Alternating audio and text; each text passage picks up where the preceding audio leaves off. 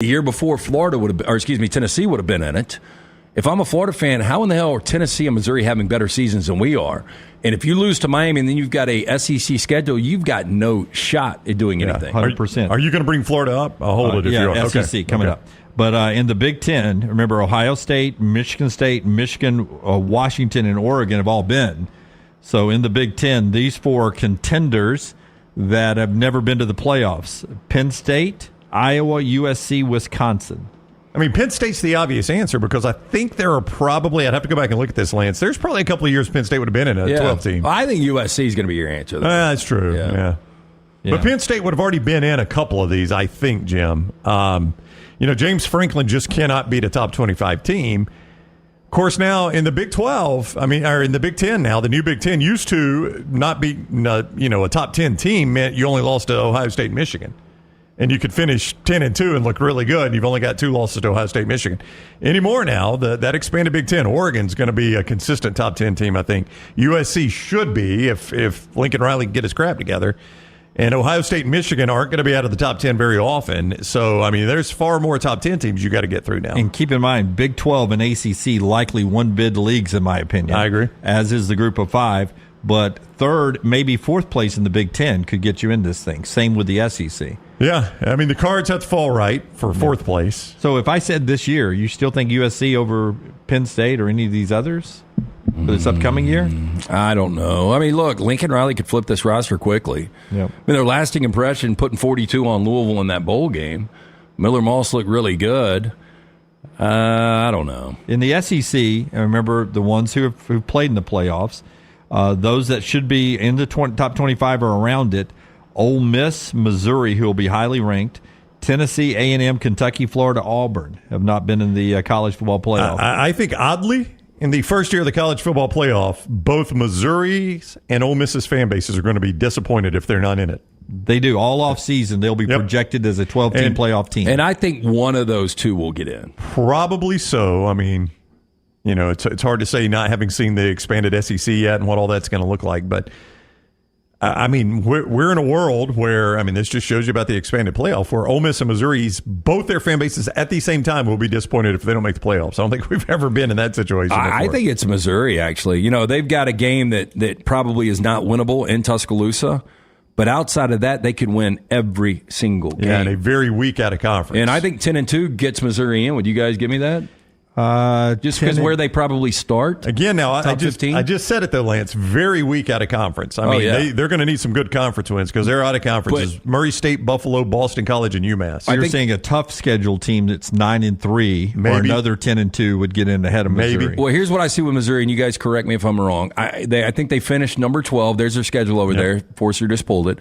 They've finished, I think they'll be preseason top 15. They should open with that schedule, worst case 5-1.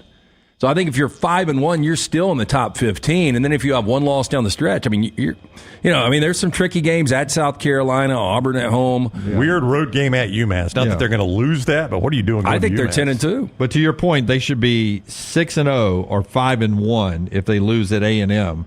When they play Auburn. Yeah, and when they're 4-0 going to A&M, if they start in the top 15, they could be in the top 10 by then. Yep, even though they were playing nobody. Yeah.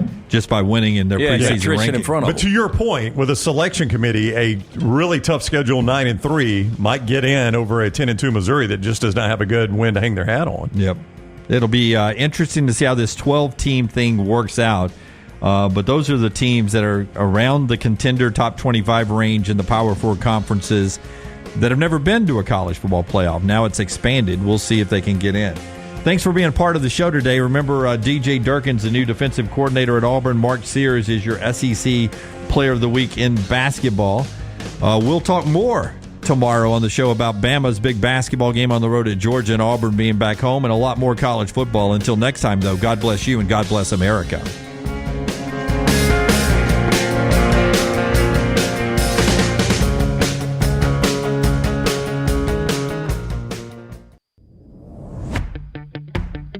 Jim Dunaway, Lance Taylor, Ryan Brown, and Rockstar.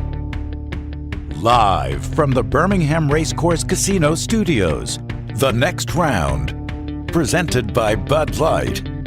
is on now. All right, we'll get to a little Seth McLaughlin, the center from Alabama. Don't know how Alabama fans feel about him at Ohio State, coming up a little bit, maybe in this opening segment. Bryan Passink joins the show in segment number 2 today to talk about the Crimson Tide on the road at Georgia. And then, of course, a lot of football and other stuff. But on the road, man, it's hard to get a win on the road. Saw North Carolina go down to Georgia Tech, and then, man, South Carolina gets one of the best road wins of the season, unranked on the road at Tennessee. Yeah, I mean, I thought, and I still think, I mean, one game's probably not going to change this, that Tennessee's the best team in the Southeastern Conference. And South Carolina might be the best story in the Southeastern Conference, but best team and best story often don't pair up like that.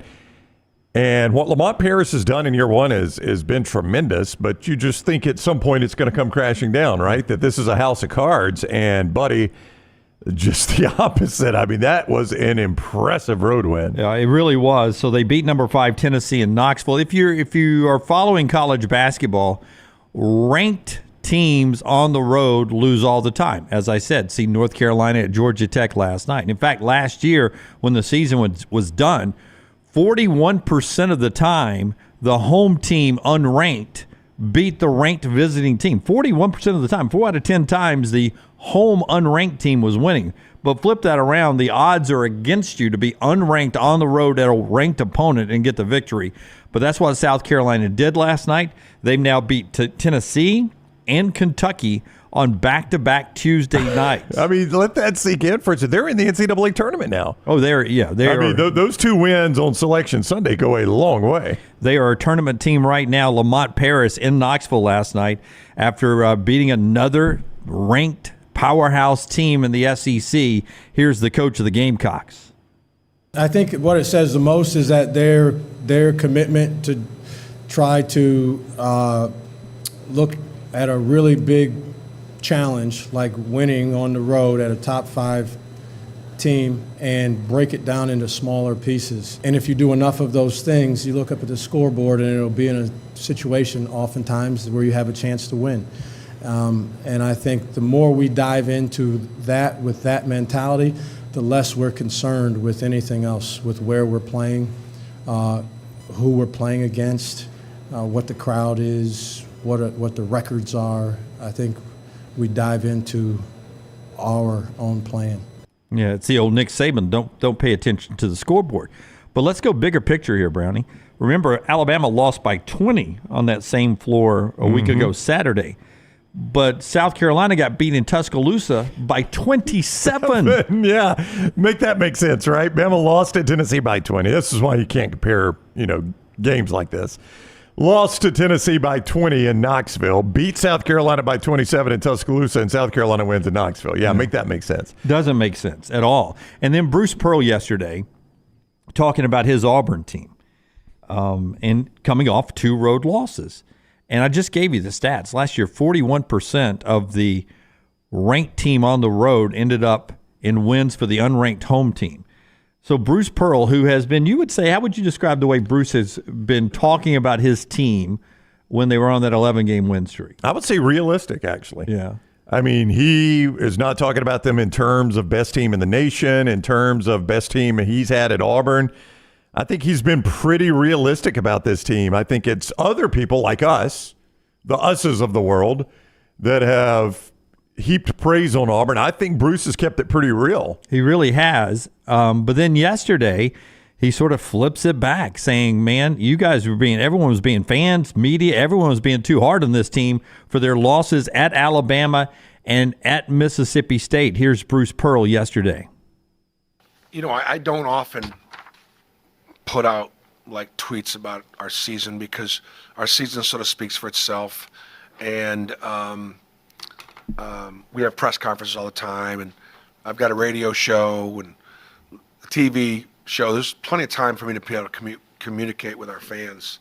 But I'm gonna communicate with them again just about some of the noise over losing a couple games on the road this weekend, and I just think it's important to me. We're gonna lose some more games. We're probably gonna lose several more games. This team I kept on saying it over and over again, especially when we started winning a little bit. I said, look, we're better than what people thought, but we're not as good as we're not as good as what they think. There was too much negativity, and I want to sort of protect my players from that in the sense that this team was not supposed to be in the position that we're in this year. They just weren't. And they put themselves in that position. Now, we don't know how it's going to finish, because if we don't improve in those areas, it's going to be just going to be an okay, good year. We have to improve in those areas. But to this point, right now, I will defend my team and say that they worked hard to be in position that they're in.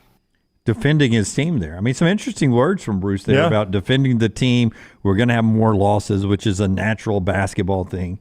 But making a point that it was time for him to step up and defend the team. I mean, it is kind of a funny spot, right? And we talked about this yesterday, and Stephen Pearl, who joins us every Tuesday at 9:25, kind of had, kind of some of the same words. Like, I think early on in the interview, he was like, hey, it might not be as bad as you guys are making it sound, especially with like the 3-point shooting. Now, look, they're frustrated. He said, we don't sleep until the next game. The players get over it in 20 minutes. So I get it. Don't mistake this for not saying Bruce or don't mistake this for hearing that Bruce is not frustrated with a loss. But, and I always give you credit for this. You pointed this out to me early on that because we're such a football rabid state, I do think fans in this state get wound up in a loss quicker in basketball. Because than other basketball fans around the country. Yeah, than a Kansas fan might or a Kentucky fan might. Because we are so used to a loss in football being the absolute end of the world. Now, it's not as much as it once was, but still, you walk out of Jordan-Hare Bryant-Denny with a loss, and it has ruined your weekend and maybe your upcoming week until next Saturday.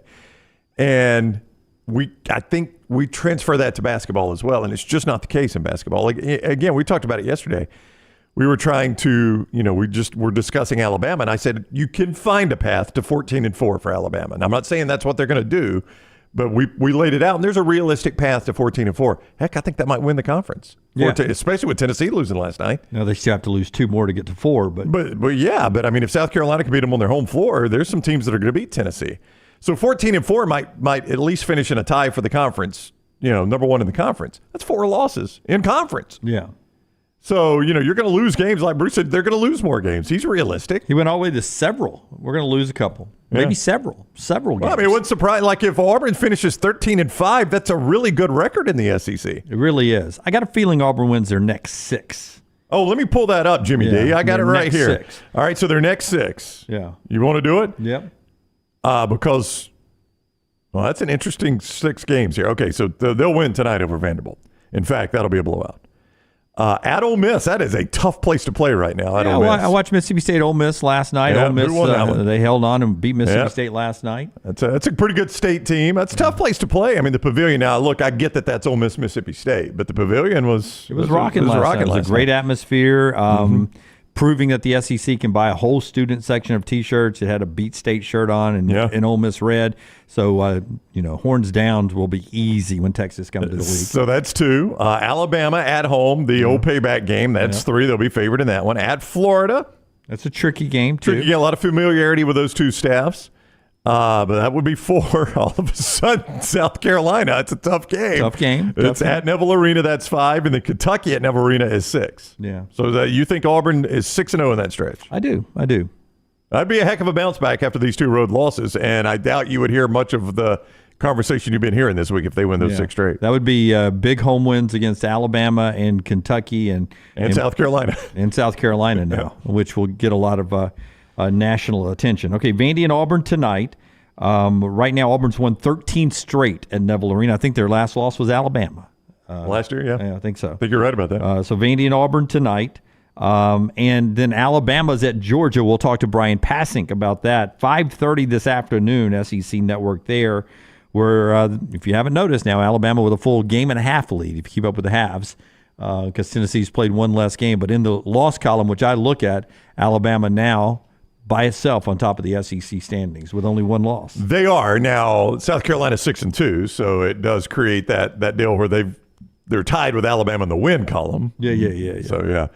But that will even up tonight one way or the other. I'm a lost column kind of guy. You focus on the old lost column, do you? Yeah. That's going to even up. That's going to even up tonight with Alabama playing at Georgia. So if the Crimson Tide can get the win there, they will have that full lead, the 1-game lead in the Southeastern Conference. Auburn, by the way, an 18-point favorite right now at mybookie.ag. What's Alabama at Georgia? We got a line on that yet? Yeah, somehow I moved past that. Give me 2 seconds. I was looking at both of them at mybookie.ag, and I somehow missed the earlier Alabama-Georgia tip, but I got down to Auburn, who is an 18-point favorite. By the way, if you haven't watched Georgia play this year, they go strong into the bench like Auburn's team does. We'll talk to Passing about this, but they average 31 points per game off the bench. Bama favored 6 at Georgia. That's a pretty big road number in the Southeastern Conference. Bama favored 6 right now at Georgia. Passing will back this up when he comes on next segment, but any win on the road, no doubt. At this point. Win by 1, it does not matter. It is a good win.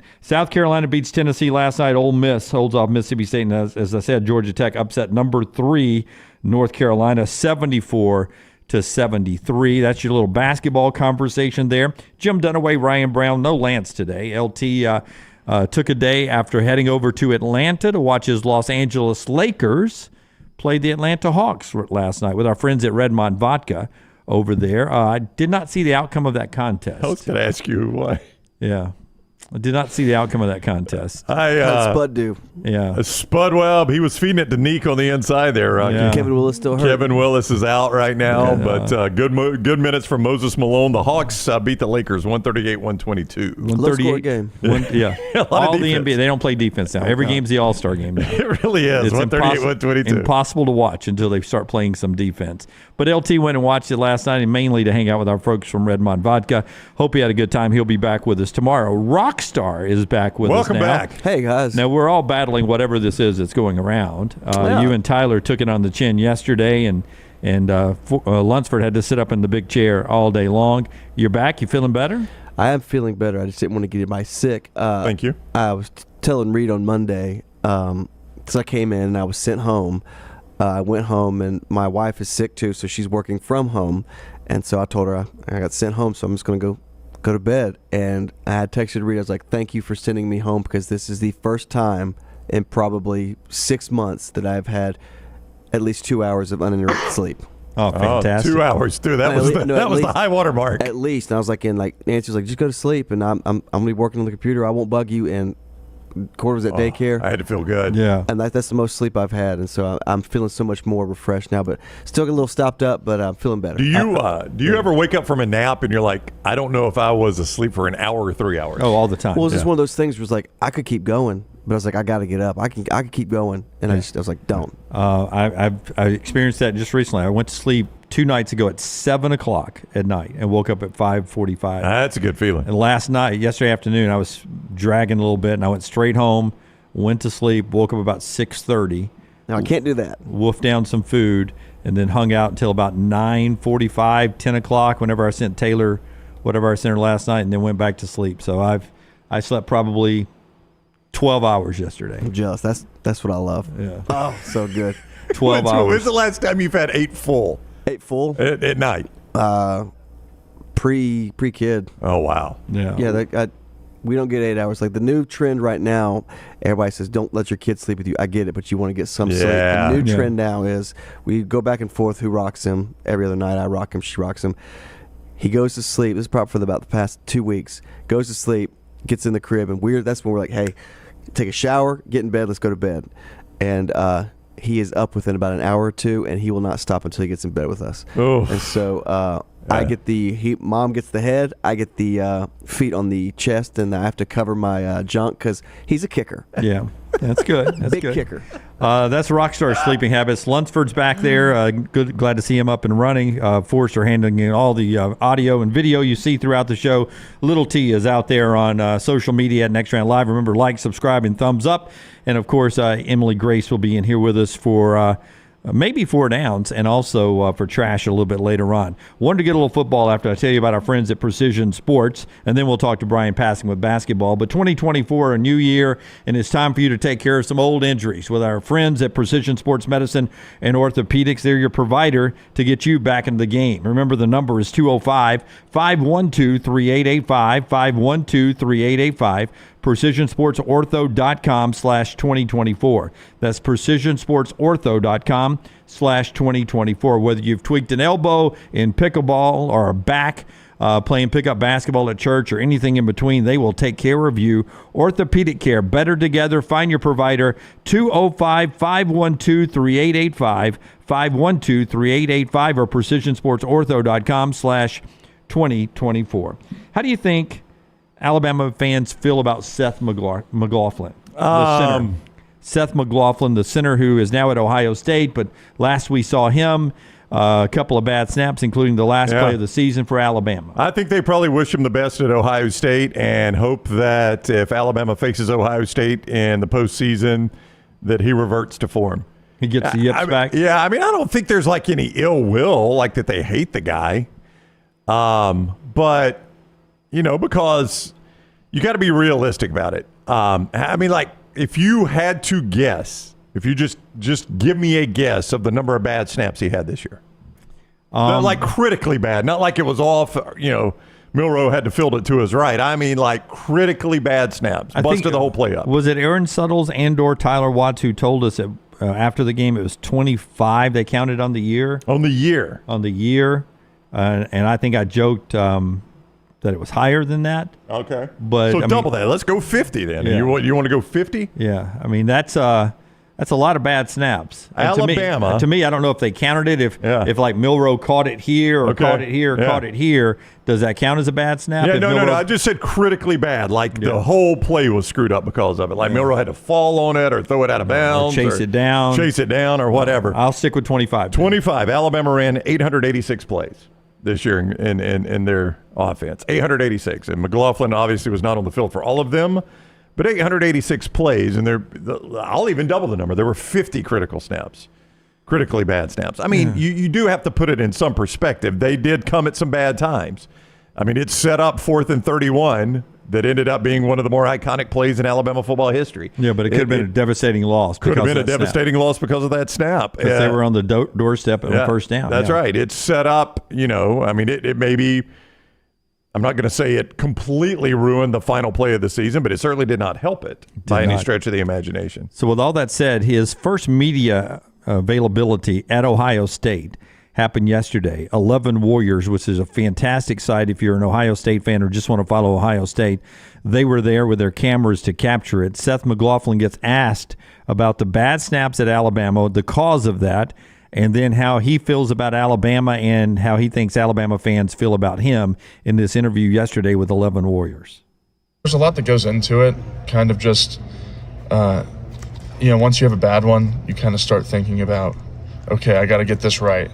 And I don't think I was really struggling from a mental standpoint. It was just a matter of it would just happen. I can't really explain what was going on and, kind of what went into it, but that's really in the past, and I'm looking on moving forward from that. I love Alabama. I have 2 degrees from Alabama. That's always going to be my alma mater, and I'm so appreciative for everything that I've done there and everything that's been given to me there. But just as we're playing the sport to be professionals, and I just thought for my benefit that change would be good. But I am very thankful for everything I received from Alabama, their fans. I love them, but it's just going to be a fun new adventure. I will say this. Comments like that will make Alabama fans like him more. That's what I was about to say. The reason I played it is that comment that he's at Ohio State media availability, and he sits there and he says, I've got 2 degrees from Alabama. Alabama will always be my alma mater. Yeah. I mean, those words right there, sitting in Ohio State gear, talking to the Ohio State media. I mean, first of all, it's ballsy for him to do that, to sit there and go, I'm going to tell these people before I've ever played a snap for them that Alabama will always be my school. Yeah, I mean, it would be impossible to handle it with any more class than he did right there.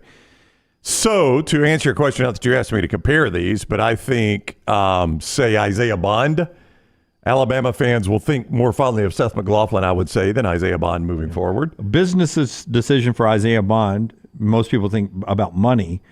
Business decision for him, in other parts of the interview, he talked about, I had this 5th year. I just thought it'd be good to get coached by somebody different. Now, he had already made the decision to leave before he could have stayed in Tuscaloosa and been coached by somebody different. Yeah. But he'd already left before the Nick Saban retirement. Later in the show, Caleb Downs gets asked. He's also at Ohio State, remember, about his reaction to Nick Saban's retirement. That's coming up later in the show. But we get back to basketball on the other side. Bryan Passink sets the table for the night in Athens, Georgia for the Alabama Crimson Tide. The show being brought to you by the fine folks at the University of Montevallo. 23 NCAA Division II fully funded scholarship sports, everything from wrestling to women's lacrosse. They have it at Montevallo, and you can check it out, montevallo.edu. If your son or daughter want to continue their athletic career, Montevallo could be the place for you. Great academics as well, business school, broadcasting school. Also a wonderful new multi-million-dollar theater department, music department, and so much more. Schedule an in-person tour. Montevallo.edu, montevallo.edu. Follow John Lunsford on Twitter @JLuntz.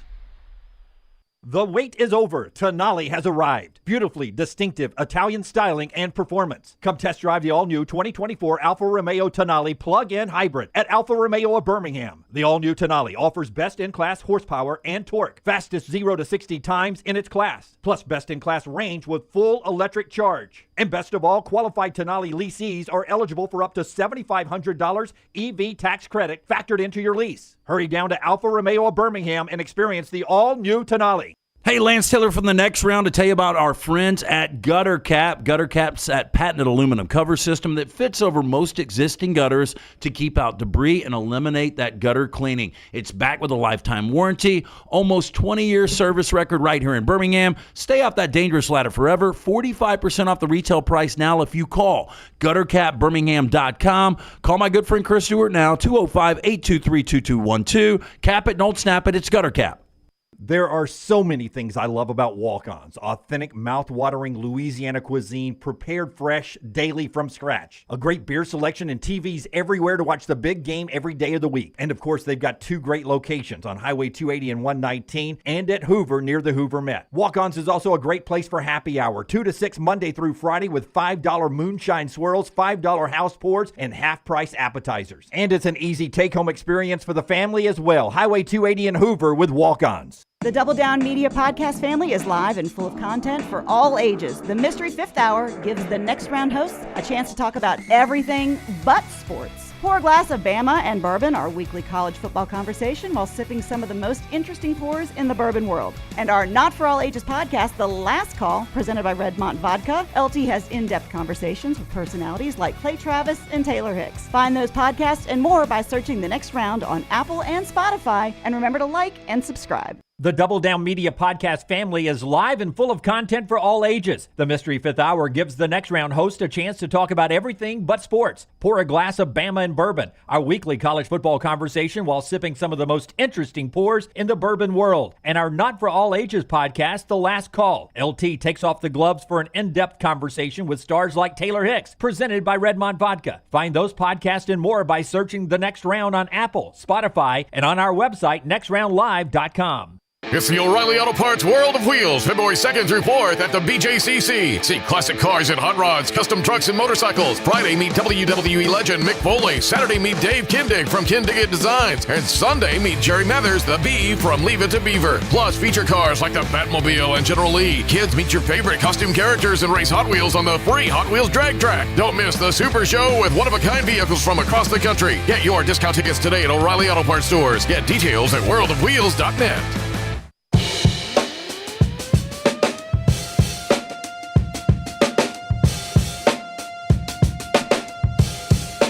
In my long play-by-play career, there's only been one guy that was ever the analyst in all the games I ever did. It was Bryan Passink. Oh, really? Yeah, we're Passink. Yeah, we're about all the games I broadcast in college, play-by-play, where I had an analyst. It's always been Bryan Passink. What a team! At Transylvania, I did them without a guy, solo guy. Yeah, just a lot of talking like about Chick me. Hearn. We'll talk to Passink about Bama's game on the road tonight. The road's never easy, and we'll talk to Brian about that after I tell you that our friends at Redmont Vodka, the official vodka of the Atlanta Hawks, remind you their aim is clarity in taste, color, and smell. Vodka Perfection 8-time distill is Charles Barkley's vodka.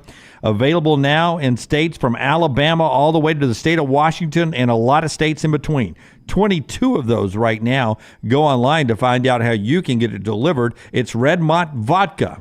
All right, let's go to the analyst of the Crimson Tide Sports Network, Bryan Passink. I'm Ryan Brown. This is Great Value Chris Stewart, Jim Dunaway. Passink is with us now from Athens. What is up, BP? How are you? Doing great, guys. Jim, I thoroughly enjoyed working with you, and it was nice to be able to get to talk for once. Our buddy Chris Stewart loves the words.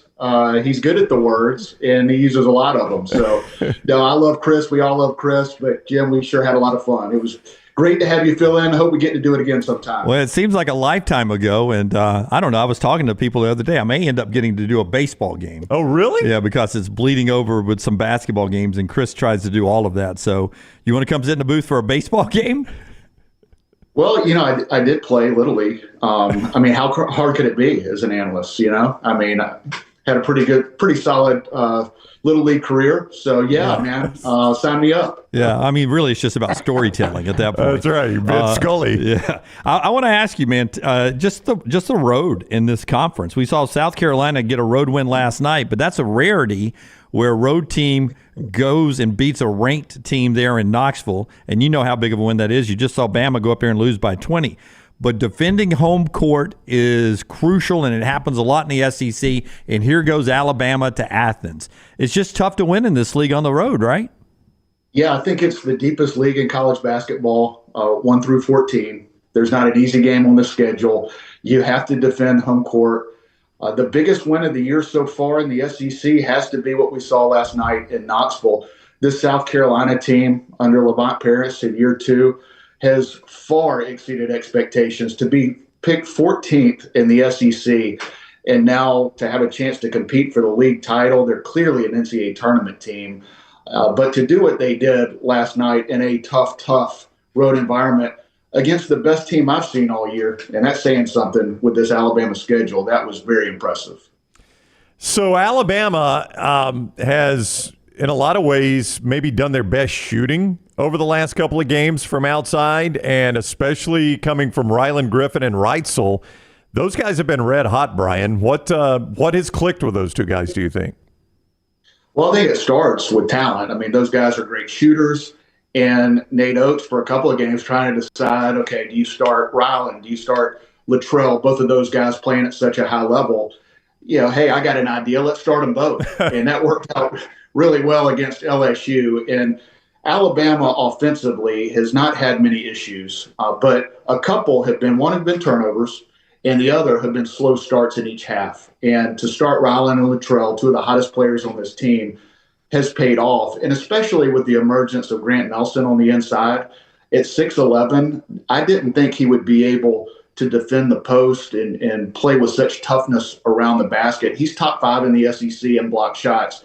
So because of what he's done, especially on the defensive end, it gives Nate Oates a lot of flexibility, and you can play 4 and even sometimes 5 guards because Grant Nelson is 6'11", but has guard skills. And when you look at this team from an offensive standpoint, number 1 in the nation in offensive efficiency. But when you add Latrell and Ryland in the starting lineup and going small, you're even better on the offensive end. So impressive what these guys are doing, but it will not be easy tonight in Athens, Georgia, against one of the most improved teams in the SEC. So I guess, and as you well know, Brian, I don't know a whole lot of basketball, but I guess I envision Grant Nelson as more of a European big man playing that style of game. And kind of what you're saying there is maybe a move down inside might make him a little more comfortable. It was probably just that I had the wrong expectations for him. Yeah, he's not exactly the player that I think we all thought he would be. And I'm not saying he hasn't lived up to expectations. He's exceeded expectations in a lot of different areas.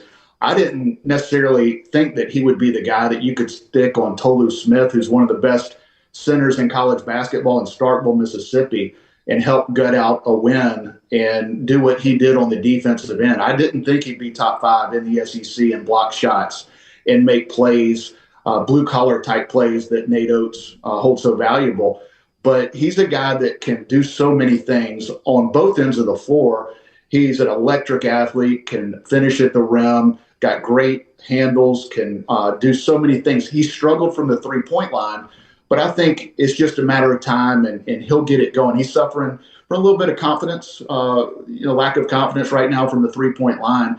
But when you can do so many different things that impacts winning, you don't necessarily to hit threes consistently, but hopefully he'll do that. But he's a player that just does so many different things that help you win, and it gives Nate a lot of flexibility on both ends of the floor. Alabama at Georgia tonight, 5:30, Crimson Tide Sports Network. Chris Stewart, Bryan Passink, who's with us now on the JohnstonRVCenter.com hotline. I asked this of Nate after the Auburn win, and I want your perspective. He gave me the coach's perspective. I want the player's perspective from you, from the way you used to play the game. In that news conference afterwards, Grant said that Rylan Griffin had challenged him pregame and at halftime to be more physical, that they needed him to step up in that win over Auburn. And Nate said his best teams have always been player-driven. As a player, talk about what it's like when you're a Grant Nelson to be challenged by a teammate and what that means about the chemistry that they can challenge each other like that and how that could help a locker room. I think it's huge. One of the best things I've heard about this team was in the preseason when someone asked Nate, what was the thing that you've been most impressed with about this team?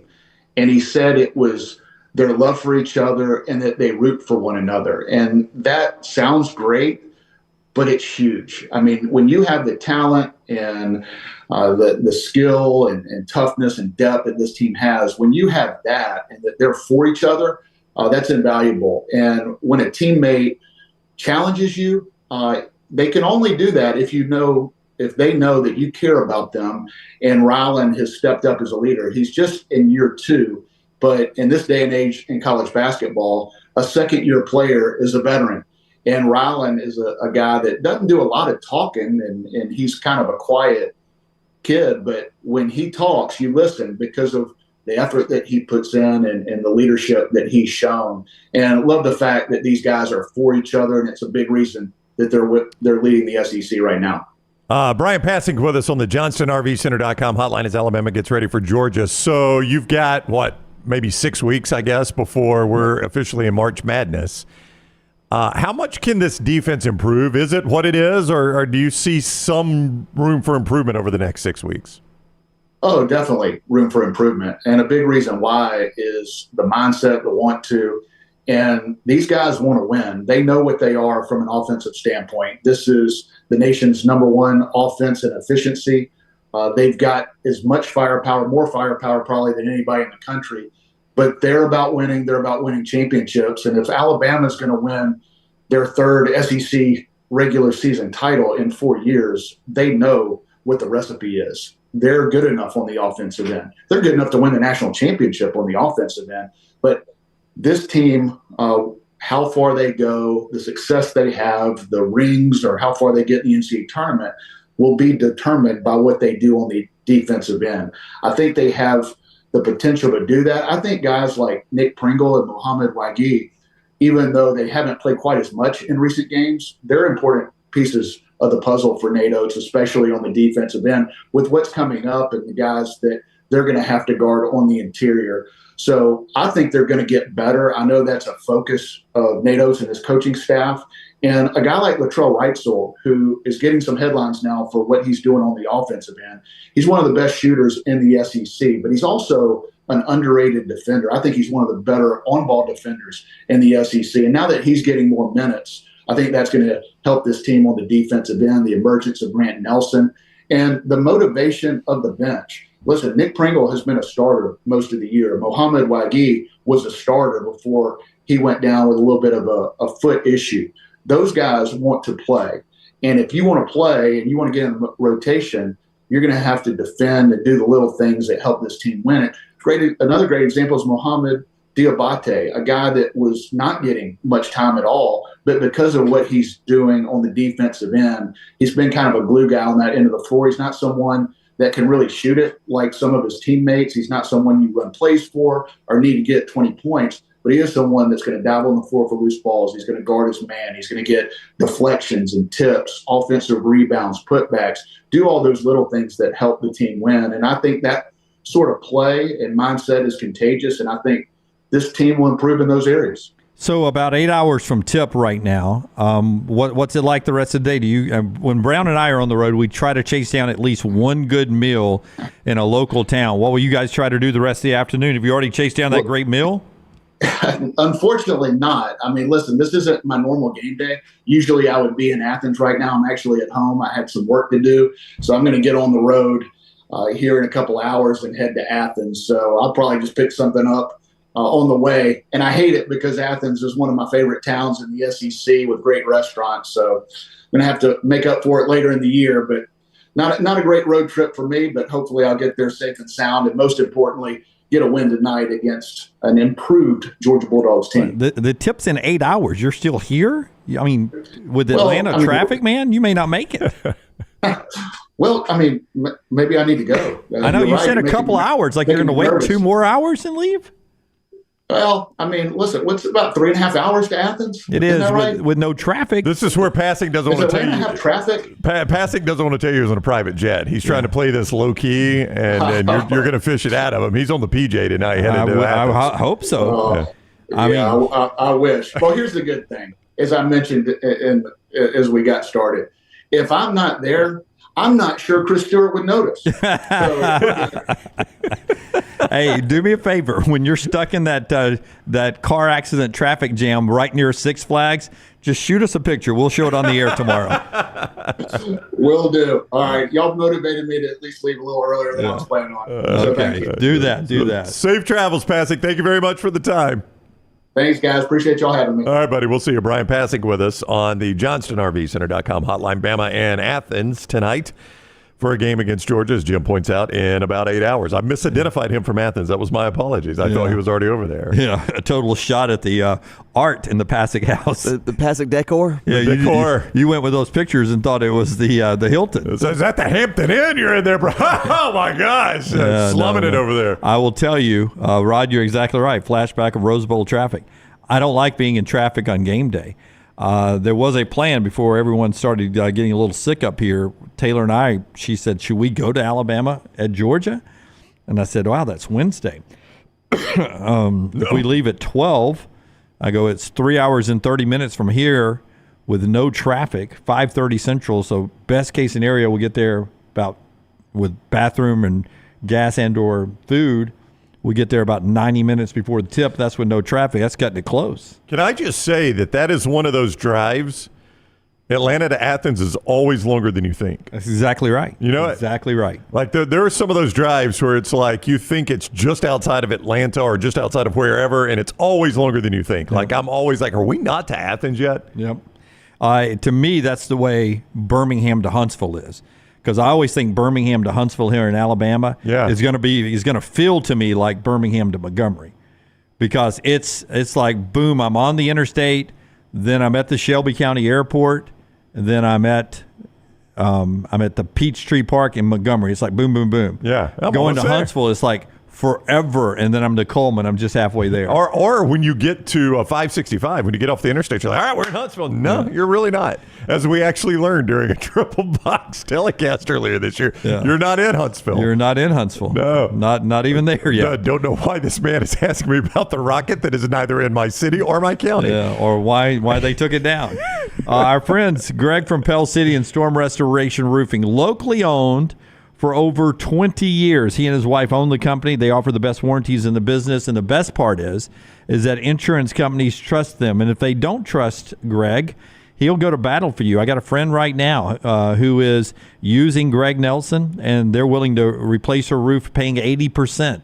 And he's fighting to get her 100%. And that's just the kind of guy he is. He's trying to get you every penny you can from the insurance companies, and they trust him, so it's going to help you out. You can get on Greg's good side as well by getting him on your roof by calling this number, 205-542-3531, 542-3531 for a free no-cost roof inspection, or look him up on Facebook, Greg from Pell City. Roof replacement, storm damage repair, and, of course, that free roof inspection, all with Storm Restoration Roofing. Look him up. It is Greg from Pell City. When we come back a little bit later on, Brownie, we'll get into the Tennessee discussion that is ongoing. But I did want to get to one more football thing right here, and that is that we're about to get Tom Brady as the main analyst on Fox. And we talked about this a little bit yesterday, but he was on McAfee doing an interview yesterday, and McAfee gave him his endorsement and stuff. Greg Olsen has become really, really good. I think so. I don't think Lance likes him. I hate to put words in Lance's mouth, but I don't know that Lance is a fan. I like what Greg Olsen has done. I think those analysts, especially on the main crews like Romo and Collinsworth and guys like that, people are hypercritical about those analysts. But I really like what Greg Olsen has done. I kind of hate to lose him. Me too. They're talking about him moving down with Joe Davis to the Fox number 2 crew. I sort of would like to see him on Sunday night football, replacing Collinsworth or Tirico. That would be fantastic to me. That crew was Moose Johnston. Are they going to team him up with Moose, or is Moose out? I guess they'd move Moose down to number 3, I guess. So somebody's going to be out of a gig when all this is said and done. Shuffle all the way down. Yeah. Troy says he hates Olsen. He yells constantly. I love Olsen. Well, then Daniel follows up. He's by far one of the smartest and clearest commentators, and that's what 100%. You get in this type of discussion. Is you're going to get some people that really, really like a guy. I think Aikman is the best there is, personally, of the main crews, of the highest crews. Yeah, he's a comfortable listen to me. Yeah, Troy. He and Buck have found a really, really good chemistry over the years, and I think he is. That's the one I like the best. I didn't remember this, but they used Troy Aikman in this comparison with Brady coming in. By the way, Brady has called Aikman to get his advice. But, Tony Romo is known for not doing any preparation, just winging it. And it's starting to show. I shouldn't say starting. It has been showing over the last couple of years. And Olsen does massive prep. Yep. And then there's Troy Aikman in the middle, little by winging a prayer, but some preparation and stuff. But when Troy left the game, they put him in the booth with Joe Buck and Chris Collinsworth. It was a 3-person booth. I don't remember that. And a lot of the people in the industry were saying, we sort of wish you would do Tom Brady, Greg Olsen, and Burkhardt, a 3-person booth there. Yeah. I mean, I don't know if they feel like that's too crowded, because then for the big games, they use 2 sideline reporters, one on each sideline. Oh, that crew always has Rinaldi and Aaron EA? Andrews. Yeah. So every game they do. Every game, Okay. yeah. Well, I mean, that's a lot of people on one crew. That's 3 in the booth and 1 on each sideline. It's a lot of people to mix in. But it's the game of the week, though, on Fox. You know what my favorite is when they have Jay Feely on the sidelines to analyze kickers, and you don't even know he's there until late in the first half. You're going to have a kick right before the horn. Yeah. Let's go to Jay Feely. Jay, what do you think here? CBS, that's my least favorite thing. Yeah, I'm like, why did we need that from Jay? Well, he's got to get to the 35. Well, that's what that little line on the field told me. He's kicking into the wind. I know that. Thank you, Jay. I know that. It's interesting to see what Tom Brady is going to be like. He's going to make a ton of money, but he's going to be in the booth in 2024. That guy says Collinsworth looks like the type of guy that closes his truck door with his hip. What that really means? If I got two coffees, I think I'd do that. That guy, give you a little hip bump, one of those door. right there. Get a little hip action into it. The worst is when you don't get it good. Right. It doesn't close all the way. It gives you a half close. Yeah. You got to go back, set that coffee down, open it up, and slam that thing Do you not try to lean on it first just to get it go ahead and close, and then it won't do it? Yeah, I need to always think it's fully closed. I know. Fully closed. Hey, by the way, the Dunaways are in a car business. I've already got my car from Alfa Romeo. Okay. And Maggie's looking for her next one now. And I don't know if you noticed, the car business is spinning pretty fast out there. Are you trying to sell one, or are you going to trade Maggie's? We're just going to trade. We're going straight. We're buying used. Okay. And that seems to be where the prices are. We're shopping. Yeah, it's right interesting. Now. I'm shopping right now. I have sold 2 cars on Facebook Marketplace, and I know that sounds crazy to sell a car on Facebook, but I have I've done quite well with both of them. Yeah, I'm going to need a little.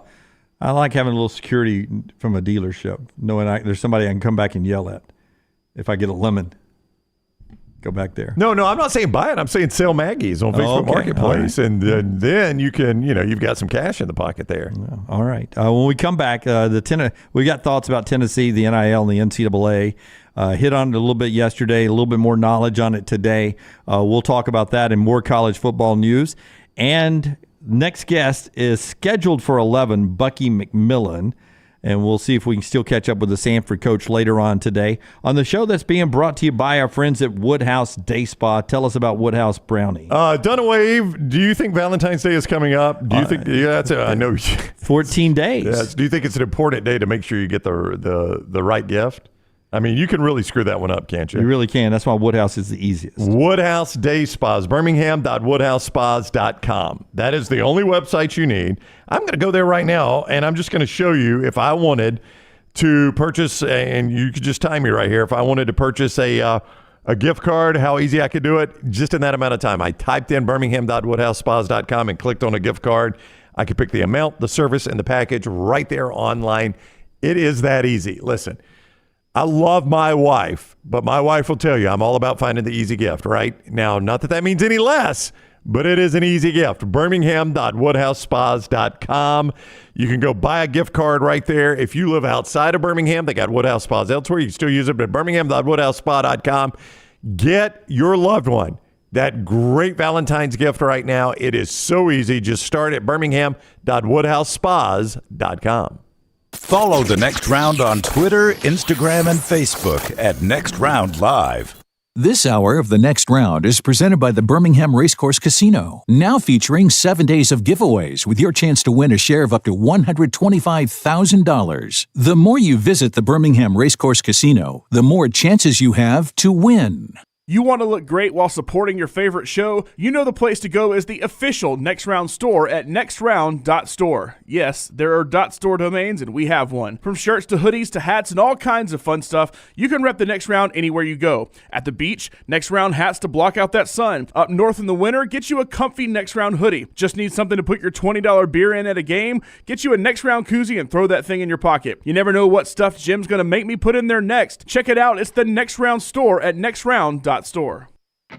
The Next Round is so much more than the show you get from 9 to 1 each day. So make sure to head to our official YouTube channel at Next Round Live and subscribe to get all of our latest content. We, of course, have plenty of specialty content and shorts based all around the sports in the heart of the SEC. But we also talk pro sports, gambling, lifestyle and entertainment, and so much more. It's the Next Round YouTube channel where you never know what you're going to find next. Subscribe now to see the latest content and get notifications when we go live. That's at Next Round Live on YouTube. Stop by the New York Butcher Shop and pick up the finest in certified Angus prime beef steaks and burgers, premium pork chops, ribs, and all-natural chicken cut to order just for you. Their chef-prepared entrees and side dishes are the perfect dinner-to-go choice for your family and are ready to heat at home.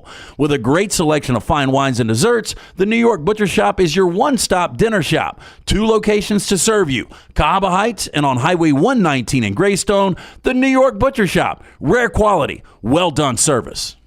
Bandwagon wants to remind you that baseball and softball season is right around the corner, and their shelves are stocked with everything your kid needs. From grip tape to gloves to custom uniforms, Bandwagon has all the gear, big and small, for those ballpark days. Until February 3rd, you spend $100 on baseball or softball equipment, and Bandwagon will give you $20 off. Just tell them the Next Round sent you. Visit locations in Cahaba Heights, Homewood, and Trustful, or go online to bandwagonsports.com.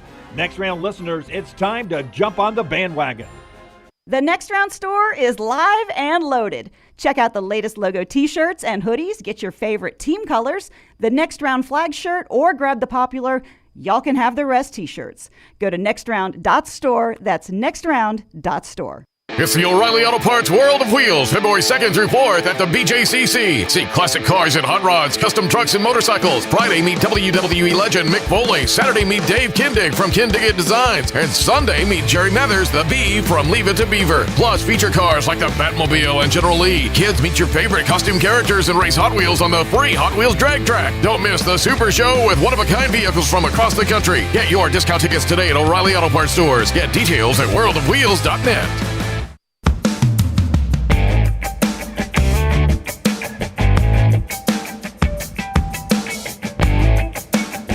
Yes, we'll talk a little Tennessee here in a second. But I always like to have these nuggets ready to go. In case you were not interested in Tennessee, teach you to hang around and not miss any parts of the show. All right? All right. Super Bowls. I did a little research last night because we were talking about this. Locations and stadiums that's had it the most. I think. Well, Miami's had 2 different stadiums. I think Superdome's the most, isn't it? The Superdome is the most. Yeah. 7 times. Going to be 8 next year. Right. In that one facility.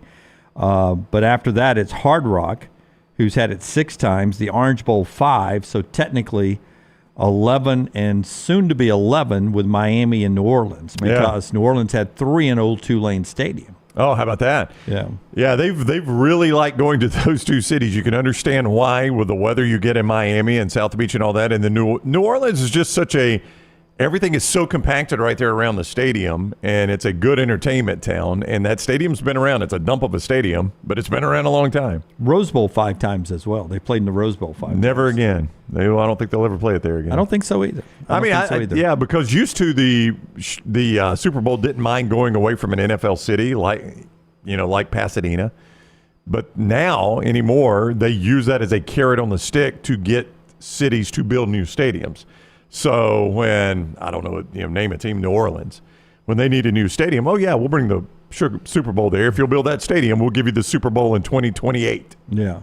Hence, it's going to Las Vegas this year, and it has been to SoFi once and is going back to SoFi pretty soon as well. Show being brought to you by A+, and then we'll talk about Tennessee and what's ahead for them and what we think should happen as well. All that and still to come, more college football. Emily Grace is working on 4 downs for us, and much more basketball setting the table tonight. But tell us about A+.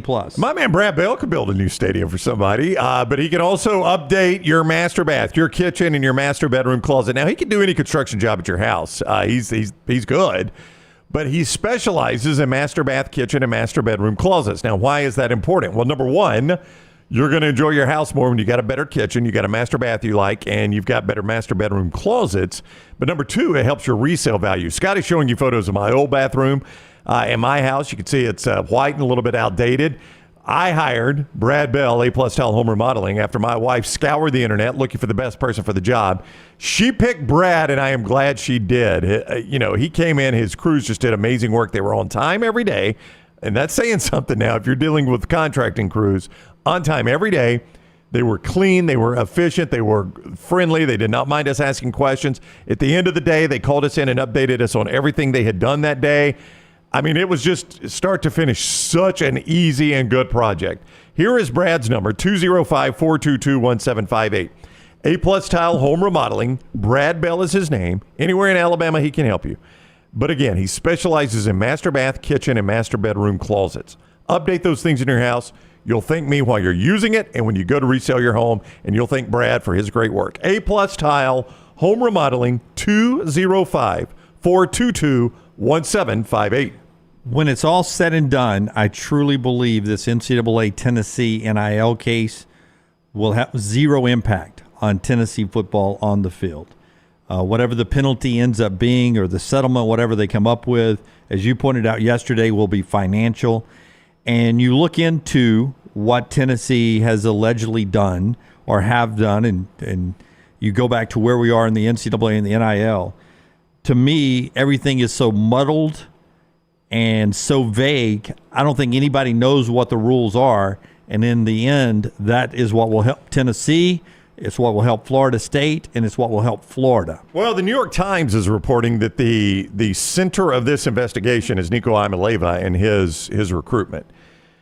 And that's not anything having to do with Nico. Don't misunderstand me by saying he was a guy that has caused them to get into this situation. It's their recruitment of him that is the center of this. And apparently a lot of it goes back to a private jet ride he took to come for his official visit. And the NCAA has said that in and of itself is not necessarily legal, but the boosters cannot pay for it. Yeah.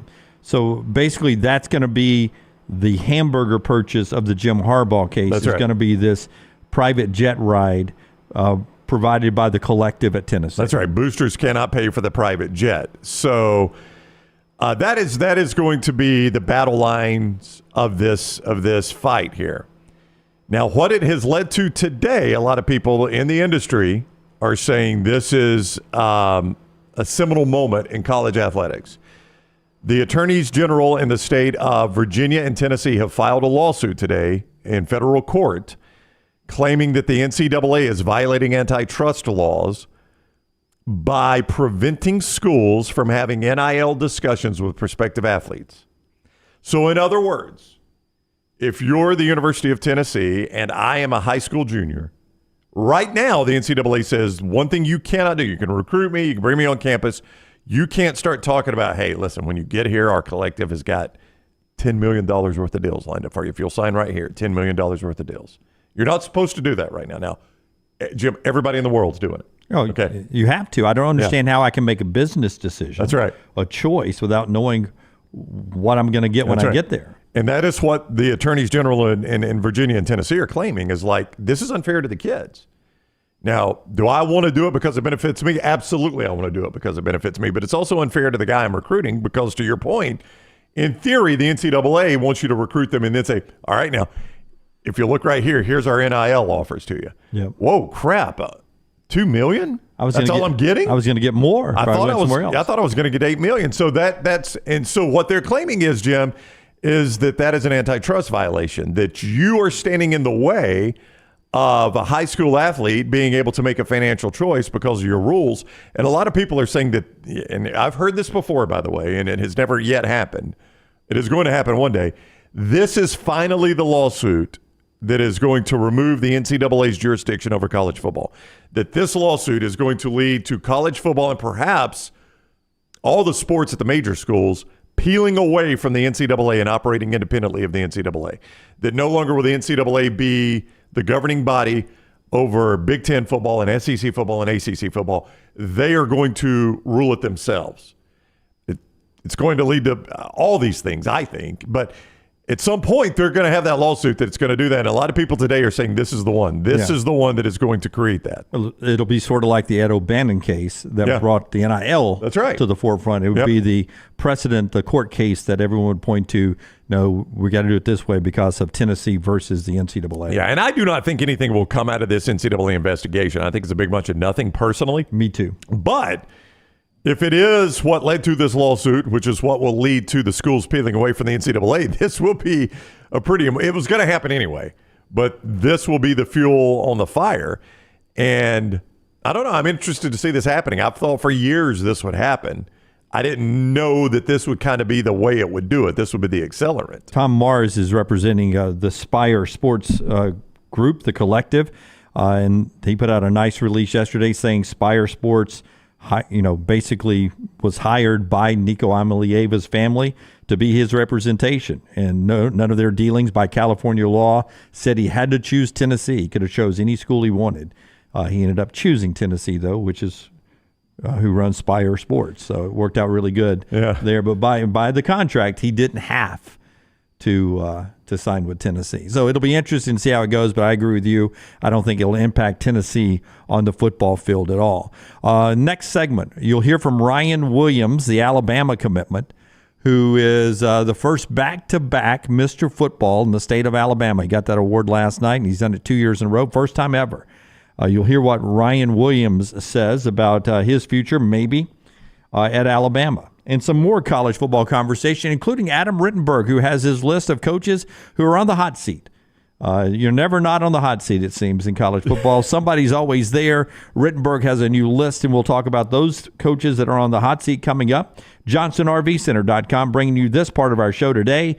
Johnston RV Center, a chance now to start thinking about spring and summer and getting out on the road. And those RV shows that are coming up, you don't have to wait, though. Right now, that big RV show on the lot in Decatur, I-65 exit 334. Now, they got two locations, 304 in Coleman, 334 in Decatur. And they got that big RV show going on right now. And you can RSVP. You're going to save already just by going, whether you RSVP or not. You're going to save because you're going to get great deals. But if you go to johnstonrvcenter.com/TNR, johnstonrvcenter.com/TNR, up to $1,000 extra dollars in incentives. It's just free money for you, right? Free incentives just by going there and RSVPing. johnstonrvcenter.com/TNR. That's for the Decatur show.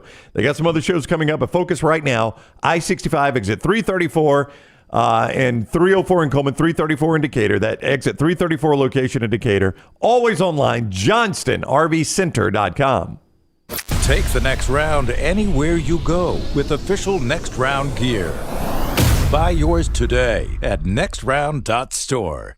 Hey, there's nothing worse than waking up to a plumbing problem. Don't get caught in a flooded house. Call the guys at Hemp Hill Services. Adam, Chad, and the team at Hemp Hill are the only ones I trust to fix it and fix it right the first time. Hemp Hill Services does it right and always at a fair price. For all of your plumbing, cooling, and heating needs, trust the name that Birmingham has trusted since 1954. That is Hemp Hill Services. Call now, 205-229-2090. That's 205-229-2090. Hey, if you're looking for Birmingham's best pizza, you need to stop in and see our friends at Slice Pizza and Brew. It's as local as you can get, from the ingredients that go into every pizza to the beer on tap. For a great lunch or dinner, go see our friends today, Vestavia or Lakeview at Slice. For more than 40 years, Red Wing Shoes has been helping the hardworking people of Alabama. This is why Red Wing Shoes has created the 3-step comfort solution. Step 1, a certified fit specialist will use a 3D scan to electronically measure your feet and arches. Step 2, the fit specialist helps you get the appropriate footwear for your occupation. Step 3, customize your boot or shoe with a Red Wing orthotic. Whether you have a high arch or flat feet, Red Wing has comfort solutions for you. So experience comfort at its best. Visit one of the Red Wing shoe stores located in Pelham or Trussville. Support the show and grab some great t-shirts and hoodies right now in the Next Round store. Buy the Alabama State map shirts in your team's favorite colors, the popular Y'all Can Have the Rest, or Next Round flag shirts are also online now. Just go to nextround.store. That's nextround.store. The traditional Next Round logo shirts are there too. Buy them for yourself, or they make a great gift for someone else. And let us know what you'd like to see in the store coming up. Nextround.store. That's nextround.store. Fire damage to your home or business is something you never want to consider. Ryan Brown here from the Next Round. But in the horrible event it happens, Dry Tech is here to help. They respond quickly and will reply to you within 20 minutes when you call 205-637-0143. They're working for you, the customer, not the insurance company. They've got 5 crews ready to go 24/7. Don't call the insurance company first. Call Dry Tech. Just remember this website, mydrytech.com. That is mydrytech.com. If renting is putting a dent in your bank account, here's your sign from the universe that it's time to buy a new home. And who better to help you through the ins and outs of home buying than our friends at Mortgage Right. With Mortgage Right, you don't have to worry about becoming a short notice mortgage expert because they do all the heavy lifting for you. They're trusted mortgage professionals, and they'll help you choose the right mortgage option and stand by your side every step of the way. Visit mortgageright.com/TNR to buy before renting runs you dry. That's mortgageright.com/TNR. NMLS 2239, Equal Housing Lender. Start your day online at nextroundlive.com. Get all the latest videos, podcasts, and college football stories. And it's also a great way to stream the show or shop in the Next Round store. Stay connected by visiting nextroundlive.com. Jim Dunaway, Lance Taylor, Ryan Brown, and Rockstar. Live from the Birmingham Racecourse Casino Studios, The Next Round, presented by Bud Light, is on now. Back with you on The Next Round. Dennis Dodd pointing out that because of this Tennessee case and the lawsuits today, expect a quick temporary restraining order from a judge that then would open up the door for immediate, no restriction transfers and NIL deals for a short period of time. So it's almost like it's a storm warning day again for college coaches everywhere, that if they get a temporary restraining order, basically saying the NCAA can't restrict NIL or transfers, that it could be free reign for a few weeks. I mean, if you've got freedom, like permanent freedom of transfer, that'll be total chaos. Well, it already is. But. Well, it is, but think you say it is, Jim, but you're still restricted to 2 30-day windows or an additional 30 days if your coach leaves. So there's really only 90 days total that you could transfer. And Dennis is saying, in case of a TRO, it could be 365 days, essentially. Yeah. Could you imagine a kid just at any point said, "Yep, I'm in the portal." Yep. That's it. And next week I'm at such and such school. Why did you drop that pass? Hey, Coach, I'm in the portal. Yeah. I'm out. I dropped it because I can't catch in the portal. You'll hear from Ryan Williams and Nate Oates in this segment right here. But first, we want to tell you this hour is being brought to you by our friends at the World of Wills. It is that weekend here in Birmingham. Hey, we're going to be out there Friday. Friday, 3 to 4, World of Wills, the BJCC. And you can go see it for yourself, the O'Reilly Auto Parts World of Wills, Friday, Saturday, Sunday at the BJCC. Great cars. Mick Foley is going to be there Friday. Ken Diggett from Ken Diggett Designs, Saturday. The Beeve, Jerry Mathers on Sunday. You can get all the information on that at worldofwheels.net. Worldofwheels.net, never before seen cars and motorcycles and custom cars, some never before seen in Birmingham. You can see them for yourself. Great things for the kids to do. A ton of free stuff for the kids. Just go walk around for hours and let the kids get that energy out and go home and take a nap. Worldofwheels.net for all the information. Worldofwheels.net. O'Reilly Auto Parts, World of Wheels. Worldofwheels.net. For all your information, Friday, Saturday, Sunday at the BJCC. I'm just laughing at the fact that like some advertising agency somewhere is like, why is the guy in Birmingham advertising our event like the kids could go home and take a nap afterwards? I mean, we didn't put that in the copy. Why did he add that? Just a lot of fun is what that is. I mean, what parent wouldn't want their kid to get exhausted and go home and take a nap? Rockstar does. Oh, we're heading that way Saturday. We're going. Oh, I got tickets for you. Yeah, we're going. Yeah, I got tickets. Couple of things before you hear from Nate Oates in the NFL. By the way, did you see Jim Harbaugh's contract number? I did not. At the Chargers, right? Not what Michigan offered. No, the 60-year-old Jim Harbaugh's new contract. Okay, want to take a guess? Michigan was going to offer in the $11 million range, it appeared. So I'm going to say Harbaugh is going to make $15 a year. 5 years, $80 million. It's good work if you can get it, Jim. Yep. Slightly more than 15, right? Yeah, that's good work if you can get it right there. Yeah. 5 years, $80 million, huh? 5 years, $80 million, fully guaranteed there, Jim Harbaugh. With fully the Chargers. Guaranteed being key words in that contract. 44-19-1 as an NFL head coach. And yesterday, Kansas City did something, if you're into trends and or angles. You know, I love trends and or angles. What we got? 16 of the last 19 Super Bowl winners have done what? Won the game. That is correct, Rockstar. So those other three. Well, other ones were debatable. Never been in your kitchen. Yeah. Taylor Swift was involved. 16 of the last 19 Super Bowl winners have worn white jerseys. Are you serious? Yes, and the Chiefs had the choice this year, being the AFC. They rotated every year, and the Chiefs chose red, not the white. They are going against the trend and or angle is what you're telling me. Now, Kansas City, last time they played San Francisco, had the choice and chose red and won the game. They're one of the three that won the game, wearing their traditional home jerseys. The others was 2011 Green Bay, 2018 Philadelphia over the Patriots. But there it is, all patched up, ready to go. They ain't afraid to put a patch on, are they? How many patches do they have on that thing? Is that their actual game jersey? Yeah, the Hunt family lost a loved one. Yep. There you have the Super Bowl logo. The Super Bowl logo has to be on there. They're the Lamar Hunt was so big for the AFL that they carry that AFL patch all the time. Yeah, and then your captain's patch, whoever's jersey that is. Yeah, so it is patched up. NFL right there around the collar. But that is it. They're going to wear the red and try to go against it. But they are one of the reasons that I remember my Tampa Bay team in 2020 had the choice and chose to wear white at home. And it literally was at home because it was in Tampa. Yeah. But they wore the road whites at home. And they had been the white jerseys the entire time in the playoffs. And Tom Brady and them said, we'll keep the whites. Thank you.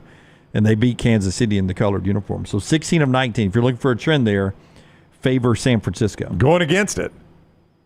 They are. But Kansas City is, But San Francisco favors San Francisco in that trend, 16 of 19. Basketball tonight happening in Auburn. We talked to Stephen Pearl yesterday, Vandy and Auburn. Earlier, Bryan Passink on Alabama, who's at Georgia tonight, 5:30. Always tough on the road. Nate Oates got asked an interesting question yesterday, speaking of trend or angle, where he has a pretty good trend or angle going. Yeah, you know what? We should probably get more texts then for 17-4. Okay, stop it, Rockstar. Let me set it up. I thought maybe the question was going to be in there. He has an unbelievable trend and angle. When he gets a technical foul in a game, Alabama's win percentage is through the roof, 17-4. When Bama gets a technical. When Nate Oates gets a technical, 17-4. Here's Nate Oates. You know what? We should probably get more texts then for 17-4. That 17-4 is a higher winning percentage than our overall winning percentage. So I tell myself every time I'm walking out to the floor from the locker room, just coach your team. Just coach your team. I know Danny Hurley, I think, had it written on his wrist at one point. Like there's a little bit of that with me too. Like the more time and attention I spend on the refs, the less I'm spending on my team, and my job is to actually coach my team. But there is a point you do need to make, I think, sometimes when, particularly if the same call is not being called over and over again, and it's hurting your team, I think you got to make a point a few times. So I'm not going to say all of my technicals were productive ones because I didn't necessarily want them all, but 17-4, right? So some of them got the point across, and or fired the team up, or whatever happened, and we won 17 of those 21 games I got T's in. So I to say I enjoy arguing with another adult male, no, I don't enjoy arguing with other guys because I respect most of the referees, but sometimes you got to make a point. Most being a key word in that sentence. I respect most of the referees. He has the driest, funniest sense of humor, I think, of any coach I've ever been around. I don't know if he's trying to be funny sometimes, but he ends up being very humorous at times. That's a lot of technicals. I don't think all those are on Nate. I don't think he's gotten 21 technicals. 21 technicals. There's no way. This is his 5th year, so that only brings out to about 3 or 4 a year. I guess so. I guess all those have gone on Nate. Yeah. 17-4, huh? Yeah. Surely they didn't go back and count his Buffalo technicals. Maybe they did. Those print guys are really good at that research. Bama's on the road tonight as basically a touchdown favorite on the road at Georgia, and Auburn's a huge favorite at home against Vandy. Part of the action going on tonight in basketball that includes Florida playing at number 10 Kentucky, and then you have number 2 Purdue at home to Northwestern, number 1 UConn at home to Providence.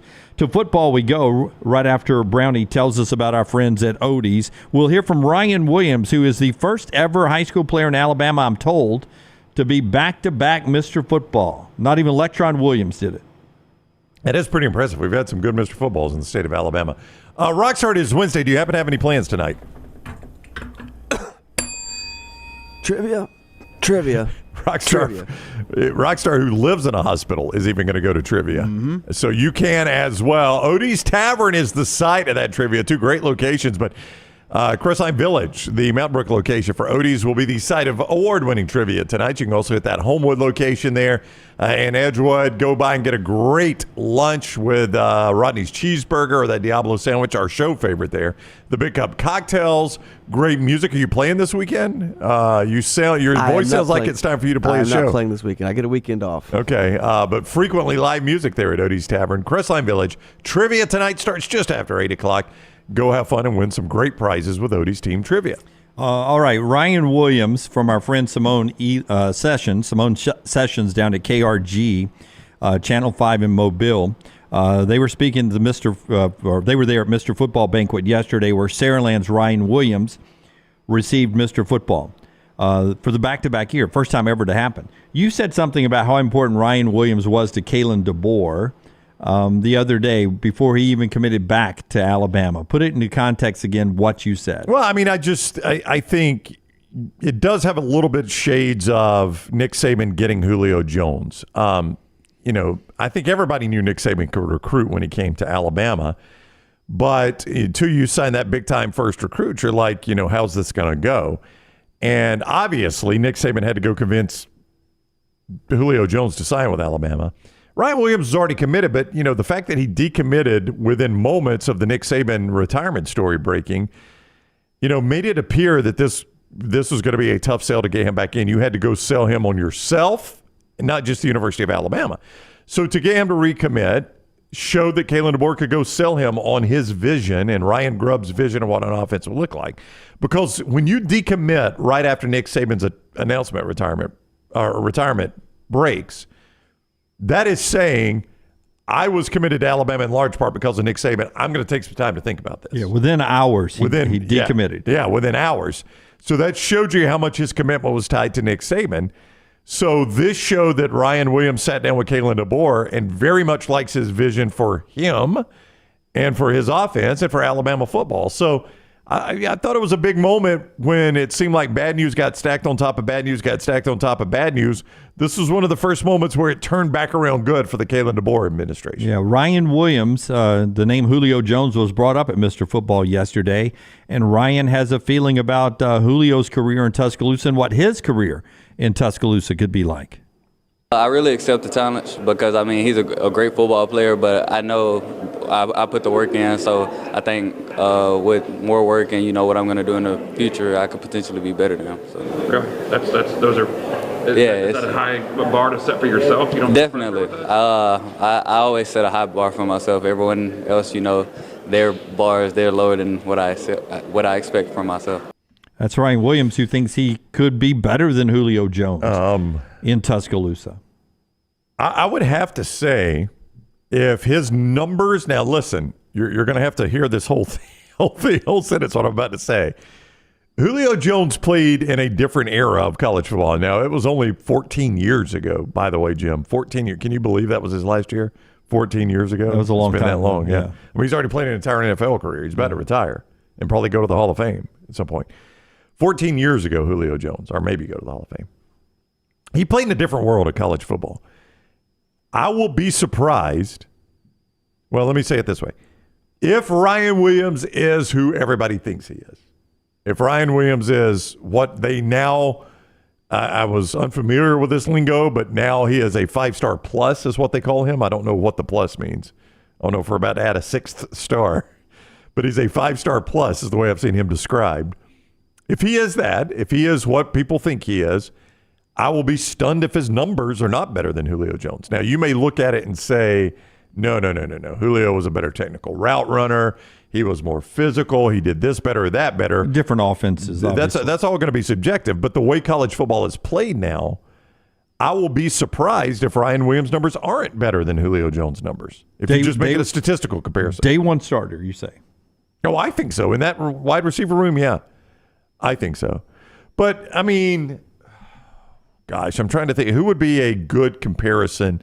I'll tell you what I'll do. Well, Preston brings up a great point. All right. Loved Julio then, love him now. Feel like we forget how great of a run blocker he was. No, he fit what they were trying to do perfectly. Very, very physical guy. Patrick says 5-star plus just means you got to pay more for them than the 5-star. 5-star plus is like a streaming service, Brown. You want it ad-free, you got to pay an extra $2.99 a month for a 5-star plus. Who would you say had more receiving touchdowns in college, John Mechie or Julio Jones? In college? In college. These are all going to be Alabama-related questions. I would say John Mechie. Julio Jones by 1, 15 to 14. By the way, Lunsford back row said Julio had size, Ryan does not. No. Now, listen, the subjective part is going to be up to you. Yeah. I'm making a statistical comparison. This guy's bringing very much a Devontae Smith body into college, correct? Yeah, okay. Lunsford gives me the nod. Well, probably not as skinny. I mean, Lunsford, is he as skinny as I have not seen him in person. You've seen him in person, Lunsford. 169, I'm told. He's as skinny as Devontae Smith? He's very skinny, very small. I mean, the thing is, that's why I wrote Cam Coleman, because everybody's comparing Cam Coleman and Ryan Williams now, especially going to Alabama and Auburn. Cam Coleman's like 6'4", 190. Ryan Williams is like 6 flat, 160. I mean, he's really small. Just looking at the measurables, which a lot of times you do, just looking at that, it's like this kid's like really tiny. And you think about how big Julio was. I mean, he was that big in high school too. So that's why it's like in your mind you can't envision him being that good, but then you watch him play and then it's like, oh, he actually is kind of that good. Yeah, but seeing him on the stage there, Mr. Football, Forrester has the picture up. He doesn't look as skinny as Devontae in that picture right there.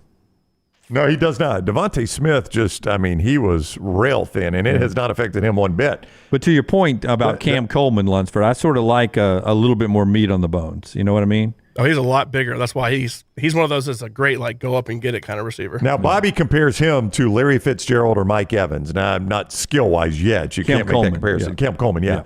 But size-wise. Mike Evans is pretty good. Huh? Mike Evans is a pretty good comparison. That's a good comparison size-wise. Yeah. Yeah, Mike Evans, Alabama had no answer for him. I remember that. Against Texas A&M a couple of times. Had they played Larry Fitzgerald, they probably had no answer for him, too. Very few did. Now, listen, Devontae Smith is the greatest receiver in Alabama football history, okay? So, when I bring up this comparison to Julio Jones, I'm just showing you the difference there. And Devontae Smith played 4 years, but he really didn't do anything his freshman year. Only had 8 catches. So, primarily, this is 3 years versus 3 years with he and Julio Jones. Devontae Smith, and this number may surprise some people if you haven't looked at it, in comparison to Julio Jones, has 1,300 more receiving yards. 1,300 more receiving yards than Julio Jones. Wow. The touchdowns are nowhere close. Julio Jones had 15 touchdowns. Devontae Smith had 46. Now, Devontae Smith's the best to ever do it at Alabama. I'm not saying those are the numbers that you're going to get out of a Ryan Williams, but I am saying Devontae Smith played in a different era than Julio Jones did. If you'd have dropped Julio Jones in that era that Devontae Smith played, Julio's numbers probably would have looked a lot like that. So I'm just saying statistically, if Ryan Williams is what everybody says he is, I will be surprised if his numbers aren't better than Julio Jones. That would surprise me. Yeah. Will he be a better receiver than him? I don't know. That's up to you. You've got to decide that for yourself subjectively. But objectively, when you look at statistics, I will be surprised if his numbers aren't better than Julio Jones.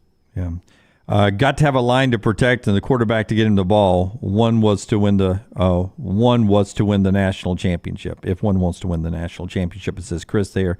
You do. You gotta have a quarterback that can get the ball. Devontae had that when he was there. Julio was in a different era when they played a lot more of the what they call it, the murder ball. Yeah. I mean, it was more of a run offense. It wasn't as sophisticated a pass game as Devontae Smith had when he was playing with Jalen Hurts, Tua Tagovailoa, and Mac Jones. I mean, he was getting the ball delivered to him a lot. Nicholas says, I wouldn't consider Ryan Williams a small wide receiver, though.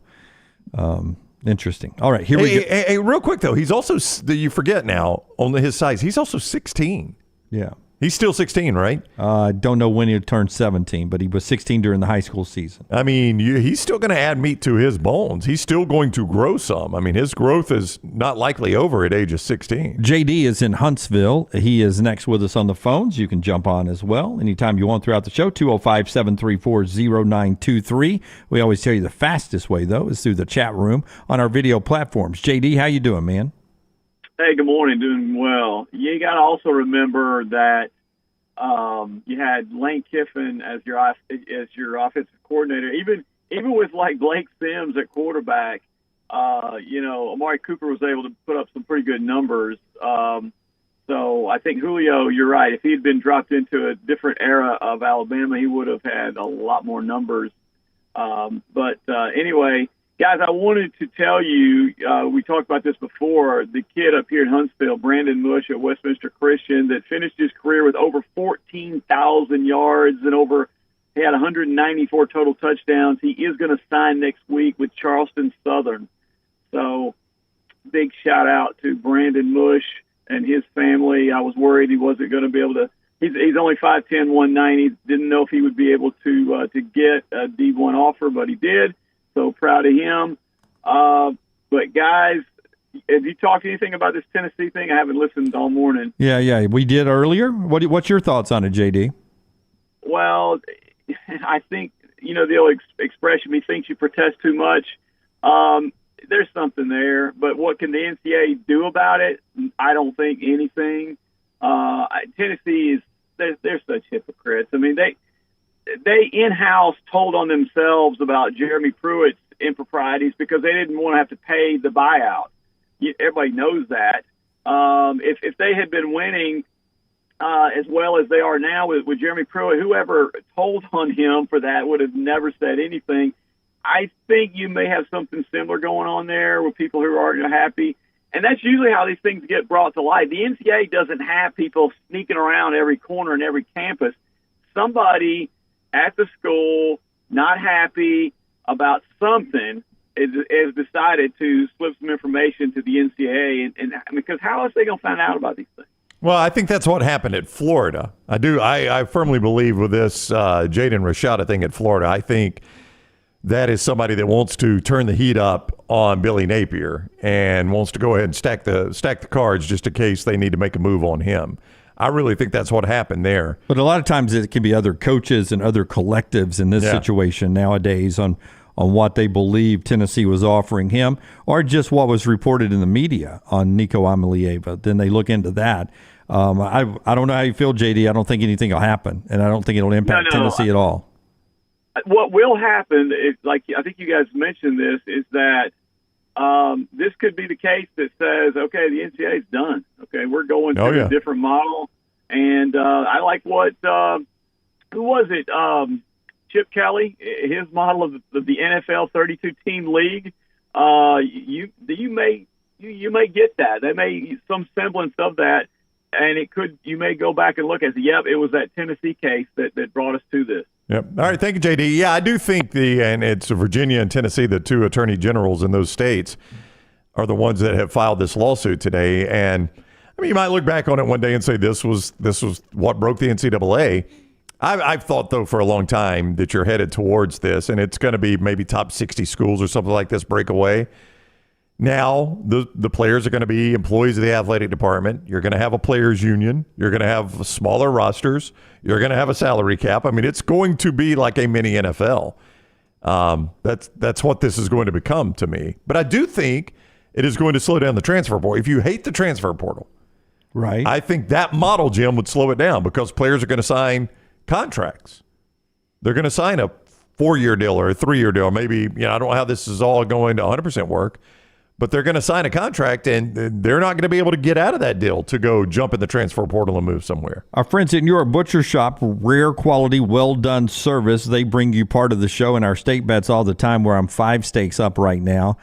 Down from 14, so I've been slipping and taking on water, but I've been in the lead for well over a year now, and I've enjoyed a lot of great steaks from New York Butcher Shop. Premium cuts of fresh meats. They got a sandwich station there if you want to swing by for lunch. A lot of meals that are prepared and ready just to take home, heat, and eat. It's just a great place. I love their wine selection. It's where I go and buy my wine on the reg. It's New York Butcher Shop, 2 great locations, one right on 119 just off 280, and the other right there in Cahaba Heights. It's New York Butcher Shop, rare quality, well-done service. When we come back, EG has our 4 downs. She'll slide into LT's chair. And still to come this hour, the hot seat in college football from Adam Rittenberg. We'll see if Brownie agrees with that or not as we roll on right here with TNR. Call the next round now at 205-734-0923. Remember the name Way to Wellness if you're battling weight loss in your life. I'm Jim Dunaway from the next round. There was a time I was over 216 pounds until Way to Wellness helped me lose 45 pounds, and now for over 2 years, they've helped me keep that weight off. Here's their website, aplanforme.com, aplanforme.com. That's a great name for a website because there's no cookie cutter plan. Everything is designed specifically for you. No contract, no sign-up fees, and your first consultation is free at Way to Wellness.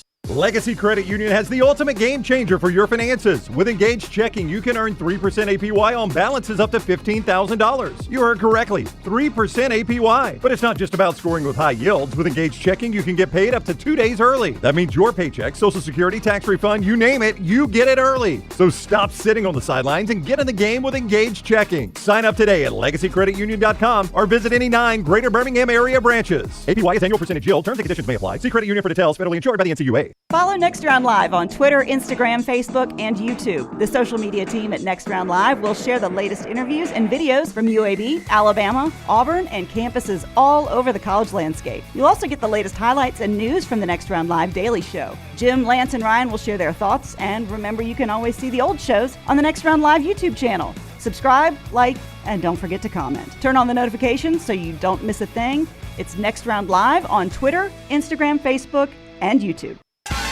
What are you waiting for? It's non-stop gaming action at Birmingham Racecourse Casino. Come play more than 900 of the latest and greatest games around, featuring fun bonuses and big jackpots. You can wager and win on horse and greyhound races from all over the world. There are more ways to win at Birmingham Racecourse Casino. Birmingham Racecourse Casino, located off I-459, exit 31, Derby Parkway. Must be 21 or older. Fire damage to your home or business is something you never want to consider. Ryan Brown here from the next round. But in the horrible event it happens, Dry Tech is here to help. They respond quickly and will reply to you within 20 minutes when you call 205-637-0143. They're working for you, the customer, not the insurance company. They've got 5 crews ready to go 24/7. Don't call the insurance company first. Call Dry Tech. Just remember this website, mydrytech.com. That is mydrytech.com. Make sure to start your day at nextroundlive.com. Get caught up on the latest podcasts and videos from the live daily show, plus specialty shows such as the Mystery Fifth Hour. You can also learn more about the whole staff at Double Down Media, find all of our social media feeds, see the latest videos from our YouTube channel and gaming channel, plus find other ways to consume the show like the Next Round mobile app, which you can download direct from the site via your iOS and Android device. Make nextroundlive.com your homepage and stay up to date with everything from us here at the Next Round.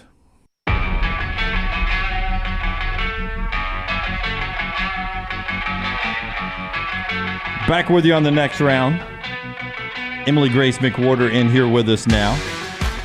Let's see how well Emily Grace pays attention. How many days from week 0? Can you take a guess? How many days? Until week 0? 210. Oh, that's a great guess.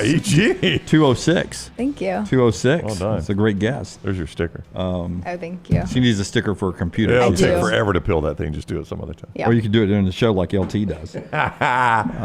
She's here with our 4 downs coming up in just a second. But part of the show right now is being brought to you by Dr. B, the person that brings you LT's hair replacement. He's done such a wonderful job. You don't know this, EG. Before you got here, Lance was starting to lose a little bit of hair, and then I think it was Kelsey that found Dr. B for him and saved his hair. Yeah, Dr. Beckenstein did a tremendous job. T3hair.net to find out more. T3hair.net. And listen, this is not just some cookie cutter. He only does it one way. This is customizable. You go in, you do the test. He'll do some pre-screening, and he'll find the ways that might work best for you, and then you get to select from those. And Lance has seen great results. You can as well.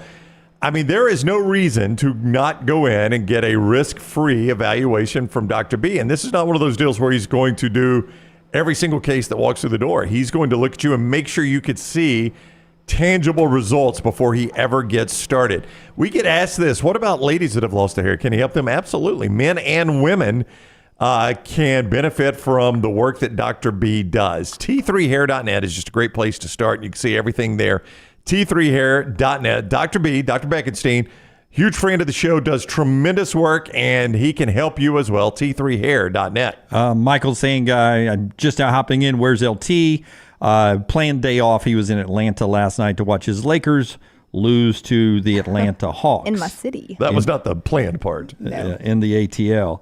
If you don't know Emily Grace McWhorter, been with us since right at the start of football season last year.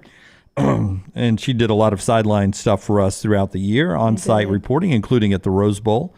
So she traveled with us once. One of her goals in life is to be on Jeopardy. It is. And I've kind of taken a few steps back from that goal lately. I haven't been training as much. Right. But in the new year, I'm confident I'll get back into that. So at some point, the sports category pops up, and you have to go Alec. In the old days, you would say Alec.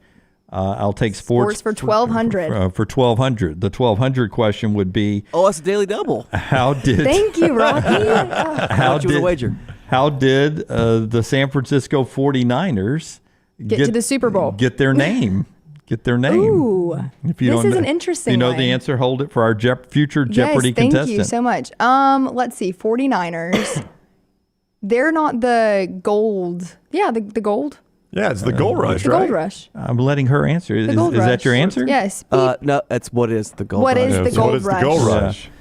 In 1849, there was the California Gold Rush, and that is why they are the 49ers, the people that increased the population of even the city of San Francisco by 2 times. Wow. It's stuff in 1 year. It just blew up as a city.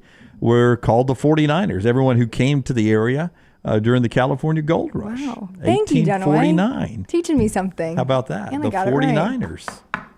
How'd the Chiefs get their name, Jim? Yeah. What about the Braves? Yeah, I'm not commenting on any of those. Commanders? The what? The Commanders? The Commanders? Well, we know how they got their name. Rod, thank you. I'm not mansplaining there. I'm just sitting here doing. That's one of my things is I like team logos, mascots, and actually defunct league team names, like a old USFL, old World Football League. I just old World Hockey Association. I love all those. It's really a fun history lesson in names. I want EG to promote this interview she's got up at Disrupt the Media. At Disrupt the Media on YouTube, you can get links in the description of our YouTube video. So who did you interview here? So this is going to be a series. EG's going to start doing some series of interviews. They'll all be up at Disrupt the Media. Always with this young lady? Not always. Potentially. I would love to continue doing stuff with Katie. So if you guys don't know Katie Feeney, she has amassed over 13 million followers across all social media platforms. And so she represented Allstate as their first ever correspondent for the Sugar Bowl and the SEC Championship.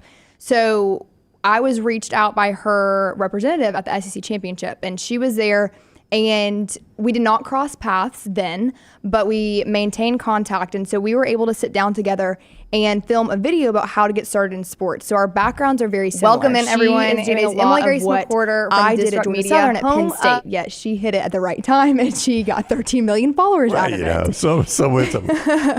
And so we're still waiting here, though. We are. One thing that I have noticed in the sports industry is that if you were to ask 25 people how they got their start in sports, you'd get 30 different answers because there's no really cookie cutter way to do it. And so I thought it'd be beneficial to sit down with her and give some advice from what we've learned, because we're both under 25. I'm 22 and she's 21. And we have had amazing sports experiences. So I thought it went really well. I'd love for you guys to check it out. If you're interested in getting in the sports industry, if you have a daughter, a niece, really anyone, or you're a fan of Katie Feeney and just want to know more, I think it's a great video. It'll take about 15 minutes of your time, and it's really fun. And we got to share some memories of some games that we've covered, and hopefully we'll continue to do that, because if you look up, hey, how to be a nurse, how to go into law school, there are articles and videos about what classes to take in your undergrad, what internships to do, and there really is nothing about that on sports. So I thought that this could be kind of a launch point to go farther in depth on that. Well, there you go. At Disrupt the Media on YouTube, Yep. We've sent out links from social media, so you can go check that out. All right. 4 Downs is what EG has for us today. It's brought to you by our friends at Slice. Brownie Slice has 4 locations. A Soon fifth to one be coming 5. soon. Yep. SliceBirmingham.com. Dunaway, I had it for dinner last night. I had a little bit. I had a flavor of sliced pizza I've never had last night. Ooh, which That's one? hard to do. The all veggies. Wow. Every single vegetable they have, they put it on one pizza. And coming from a guy that says no meat, no meal, it was an amazing piece of pizza. I like their all veggie on the cauliflower crust. Love the cauliflower crust. Really hard for me to also say. Sliced pizza, they are so unique. We also had the soul pie, the barbecue brisket. They've got that hot mama we love. SliceBirmingham.com to find a location near you. SliceBirmingham.com. First down. All right. Justin Timberlake is 43 today. Better career. Who will have the better career, Justin Timberlake or Justin Jefferson? I've said long ago, Rockstar, what did I call him? The best entertainer. He's a hero. He's a savior. No. Yeah, I think right place, right time. No, I think Justin Timberlake's one of this generation's best entertainers. He is every generation has one that's the top of the game, and Justin's probably aged out of it now, but 10 years ago, I thought he was the most entertaining guy in show business. Actor, musician, dancer, creator, husband, father. He is Justin Timberlake. He has the Jimmy D endorsement. Yeah, apparently so. Jim, you know his social security number by chance? But Jefferson's fantastic, but Justin Timberlake. Yeah. Everyone's agreeing on JT. Yeah, it's going to be JT. Now, look, there is a chance. Even he's played Justin Jefferson with, Kirk Cousins, not a top-level quarterback, and he still put up big numbers. There's a chance he could be viewed as the best receiver, maybe of this generation of the NFL. But Timberlake is next level, man. He is. He does it all. I'm with Dunaway. About to go on a world tour. JT He is. Yeah. I'd like to go see him in concert. Is he coming anywhere close? I don't know. I haven't checked out the location. Yeah, world tour. I bet that is an entertaining I've concert. been. Have you seen JT? Yes, And it's I've good? seen JT, and it was a super long show. He danced, sang, entertained the entire time. I would say, as of right now, before I see Taylor Swift, that is the best concert I've been to. Oh, he's coming to Atlanta. He's coming to your city there, EG. What's that? Who sings that song? Come to Your City? Big and Rich? Do y'all know that Big song? and Rich, yeah. It's a good one. Second down. Okay. I might go see him in Atlanta. Speaking of Atlanta, who will see a championship first? Atlanta Falcons or South Carolina Gamecocks? What kind of championship? Football? Football. By odds, I'd go Atlanta Falcons. If you notice, and you may not have yet in your career, but the NFL is a real quickly turnover of who are playing. I think 50% every year are the teams that were in the playoffs don't make the playoffs the next year. About 50% on average don't make the playoffs the following year. So you don't have a lot of the same log jam at the top like you have in college football. I think the Falcons win a Super Bowl before South Carolina wins a championship. Yeah, the Falcons have at least been to 2 Super Bowls, and South Carolina has never scared the national championship game. Now, that could be SEC championship, too. Ooh, SEC championship. I'm still going to go Atlanta Falcons here, and they're not particularly close to the Super Bowl right now, the Falcons, but you can turn it around pretty quickly in the NFL. I disagree. I think they're only a quarterback away from being a playoff team that can make it to the Super Bowl. And I don't necessarily disagree with you, but you understand in the NFL how difficult that is to get right. Yeah, but I mean, that's hard to get right. Teams are drafting them, it seems like at a 7 or 8. Which shows you how hard it is 7 or 8 correct. time a year place. I know. It's hard to get quarterback right. The Falcons, I don't think they thought they had it right with Desmond Ridder. I think they were just kind of seeing what they got with Desmond Ridder. But I don't know that it's hard to get quarterback right. Patrick, I'd give the Falcons a 28.3%. Oh, that's a shot at Atlanta's failure there against the. Have I told you all that story of when I posted a picture? Yeah, that was your biggest landmine. That was my biggest landmine. At the half, I posted a picture of me, and it was like kind of an off-guard picture, and I was in early high school, and I said, when someone says the Falcons will still lose, and we lost. Yeah, they lost. All right. Third down. Never trust the Falcons. No, never trust an Atlanta team. Yep. Steph Curry and Sabrina Ionescu over under 74 combined threes in their showdown. They, for those that don't know, doing the 3-point All-Star game, first time ever, right? NBA versus WNBA. I have a feeling she's going to beat him, but I think they'll hit a lot of threes. So I'll go over 74. What's your analysis on the 3-point competition? I think they're going to hit a couple of them threes. A lot of them. Yeah. Okay, so a couple of questions here, and you guys may or may not know the answer to this. Is the WNBA 3-point line the same distance as the NBA? Do not think so. No, and they're playing with different balls too. So Steph. All right, but he's got to shoot it from NBA distance. Yes. She shoots it from WNBA. Yes. She uses little ball. He uses big ball. Yes, and she had 37 in the contest, and he had 31. I'll go her. I think she'll But hit it's more. over under 74. Yeah, is over the under question. 74. Okay, so I didn't answer the question. No, That's what but you're I telling like me. it. I'm going to go over 74. Yeah, me too. I think they'll get hot, and I think it'll be a great show. I'm excited to watch it. And I think she wins. She is really close with Kobe Bryant's wife. Oh, is Vanessa. she? Mhm. Yeah, They're really interesting. good friends. Okay. Yep. Fourth down. Okay, this one is going to make you guys think. Okay. It's a little out there. More successful businesses, Kim Kardashian or Jay-Z? I'll give you some numbers after, but off the top of your head. Just initially, I would say Jay-Z because his producing of albums and recording and everything, right? Yeah. He's not into makeup, but I think he owns a little bit of his wife's music and things like that. So I'd go Jay-Z. I think I will go Kim Kardashian here. Okay, Jay-Z is correct. I thought it'd be Kim Kardashian. So Kim is worth $1.7 billion. She has 13 business ventures. That's insane. Ranging from a prepaid MasterCard to shapewear. Yeah. Jay-Z, $2.7 billion, has a lot less than 13, but Rock Nation, that's his big one. Yeah. If you end up at this point in history in America, going by male or female salaries, choose the male. Usually they get thank overpaid you, by about Dunaway. what, 27% more? I don't know if that's a pay gap thing on that one. Are they paying Kim Kardashian little bills? Or they should go by the actual bills that we use? She's closer to the bank, though. Steph Curry's further from the bank. Most of her payments are back payments. See, she's got a big arse. Yes, yeah, I've noticed. Derriere to see. That is 4 Downs, brought to you by our friends at Slice. Yes, the key word there is all billion for both of them, by the way. Billion. Yeah, $1.7 billion for Kim and $2.7 billion according. The way Kim Kardashian launched her career publicly to become a billionaire off of that, I mean, I hate to call it one of the great American success stories because of the way her career launched.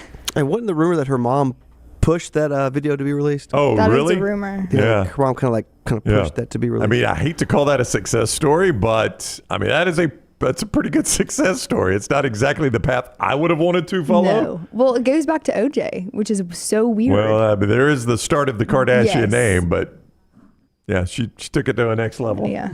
EG will be back with us for Trash coming up in about 45 minutes from now. Show being brought to you by our friends at Hemp Hill. Speaking of success stories, the Baltimore Orioles just sold for $1.7 billion, the 8th franchise to be sold in American sports in the last 19 months. Of the 8 franchises that were sold, where do you think the Orioles ranked and sell at $1.7 billion? I'm going to say that's third. I was going to go 3 too. Oh, there you go. It is 7th. That's another lucky ahead number. of only the Senators in the NHL that sold for $1 billion. The most, the Commanders for $6.1 billion.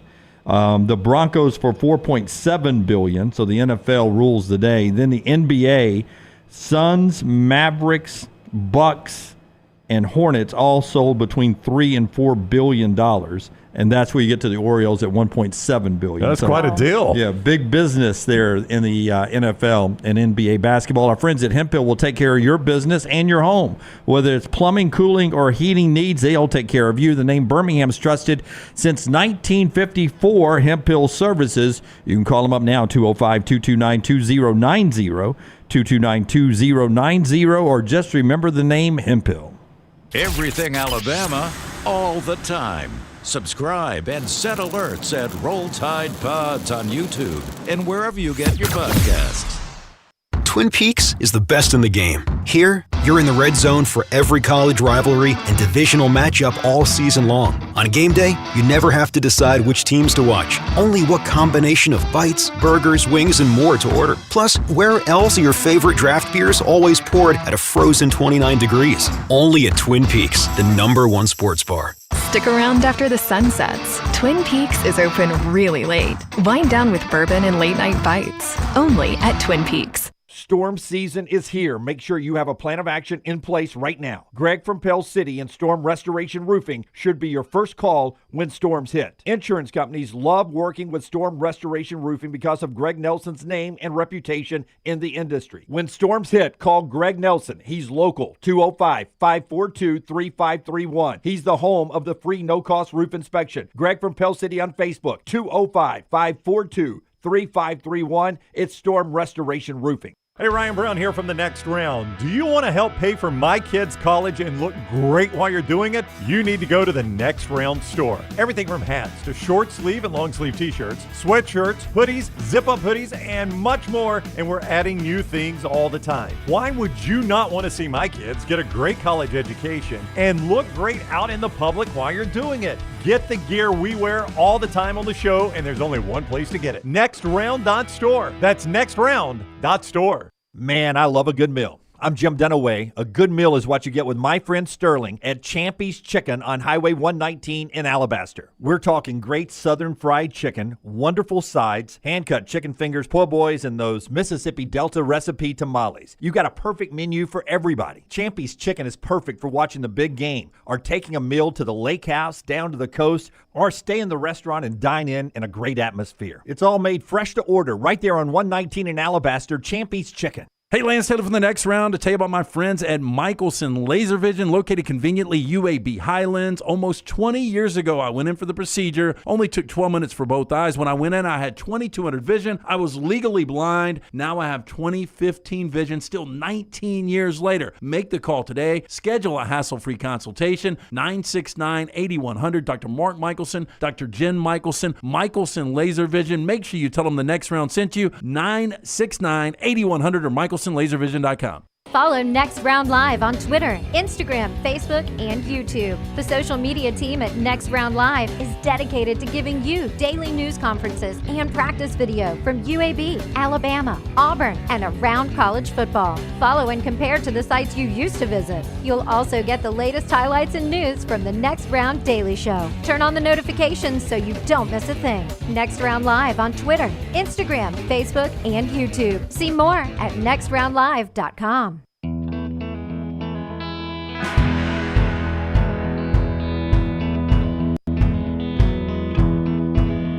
Hey, I'll tell you this. Give me. I'm going to talk a little bit about the Squadron's 2 games this weekend. Okay.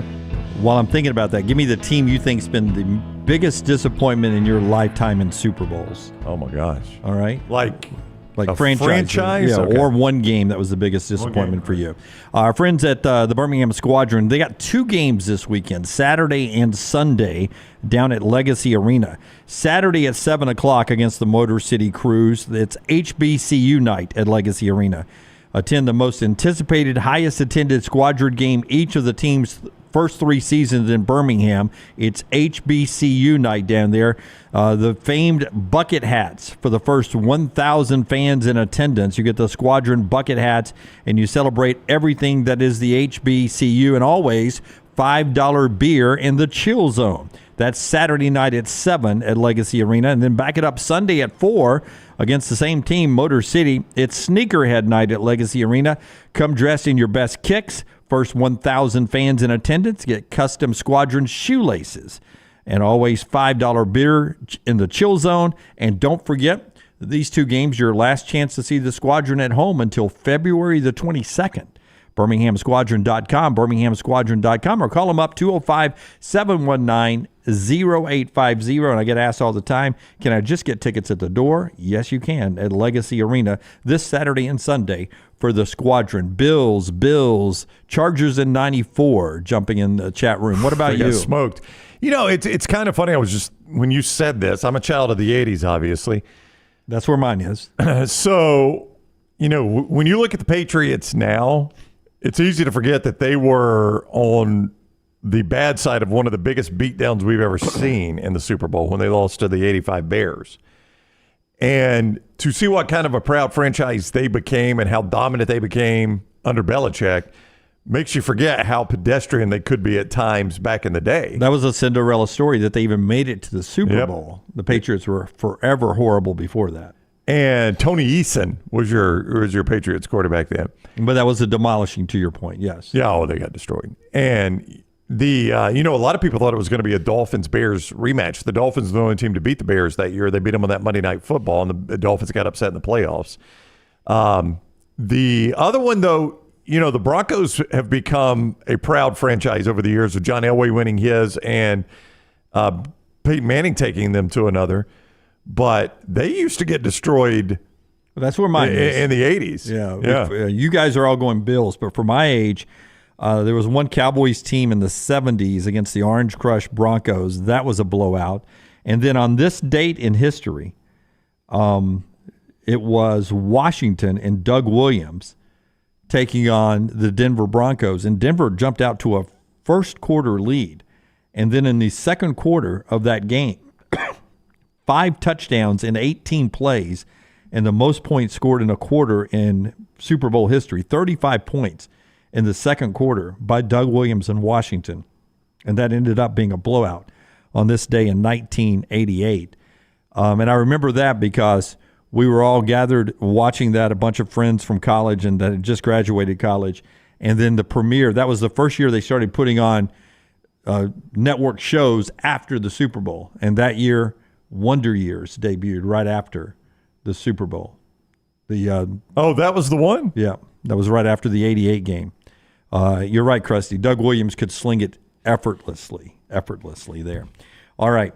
But I think people forget, like some of the, don't forget. But used to be blowouts all the time. Oh, gosh, yes. Super Bowl used to be, when I was growing up in the 80s, the NFC was dominant. And those AFC teams, I mentioned Denver, but then Buffalo took over after Denver had those disappointing losses, and they lost 4 straight to the Giants and to the Cowboys and the Redskins, and those run.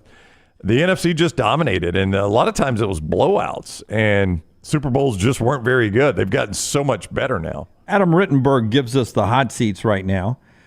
Billy Napier, I think, is on the hottest seat in America. Would you agree with that? Probably so. It is.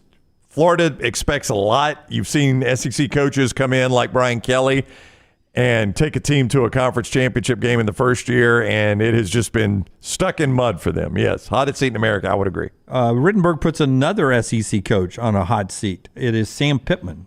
Do you agree he's on that hot of a seat? I do. It is, he had to get the dreaded vote of confidence, and after that dreaded vote of confidence, they got absolutely destroyed. I think he's a likable guy. I think he's probably bought time by being super folksy. If he had been just kind of a jerk, he might have been fired by now, but he's had the one good season at 9-4. Overall, he's 23-25. He's 11-23 in conference. It's basically the same record Brett Bielema had. And you got tired of Brett Bielema. He got fired. Sam Pittman has become Brett Bielema. And if Bielema wasn't good enough for you, I know Pittman's kind of a fan favorite, but that is going to burn very, very quickly. They're below 500, and they're 11-23 in conference play. Arkansas will move on from him if he continues that trend. This is just Power 4 teams, but only one other coach is on the hot seat. The others are warming up.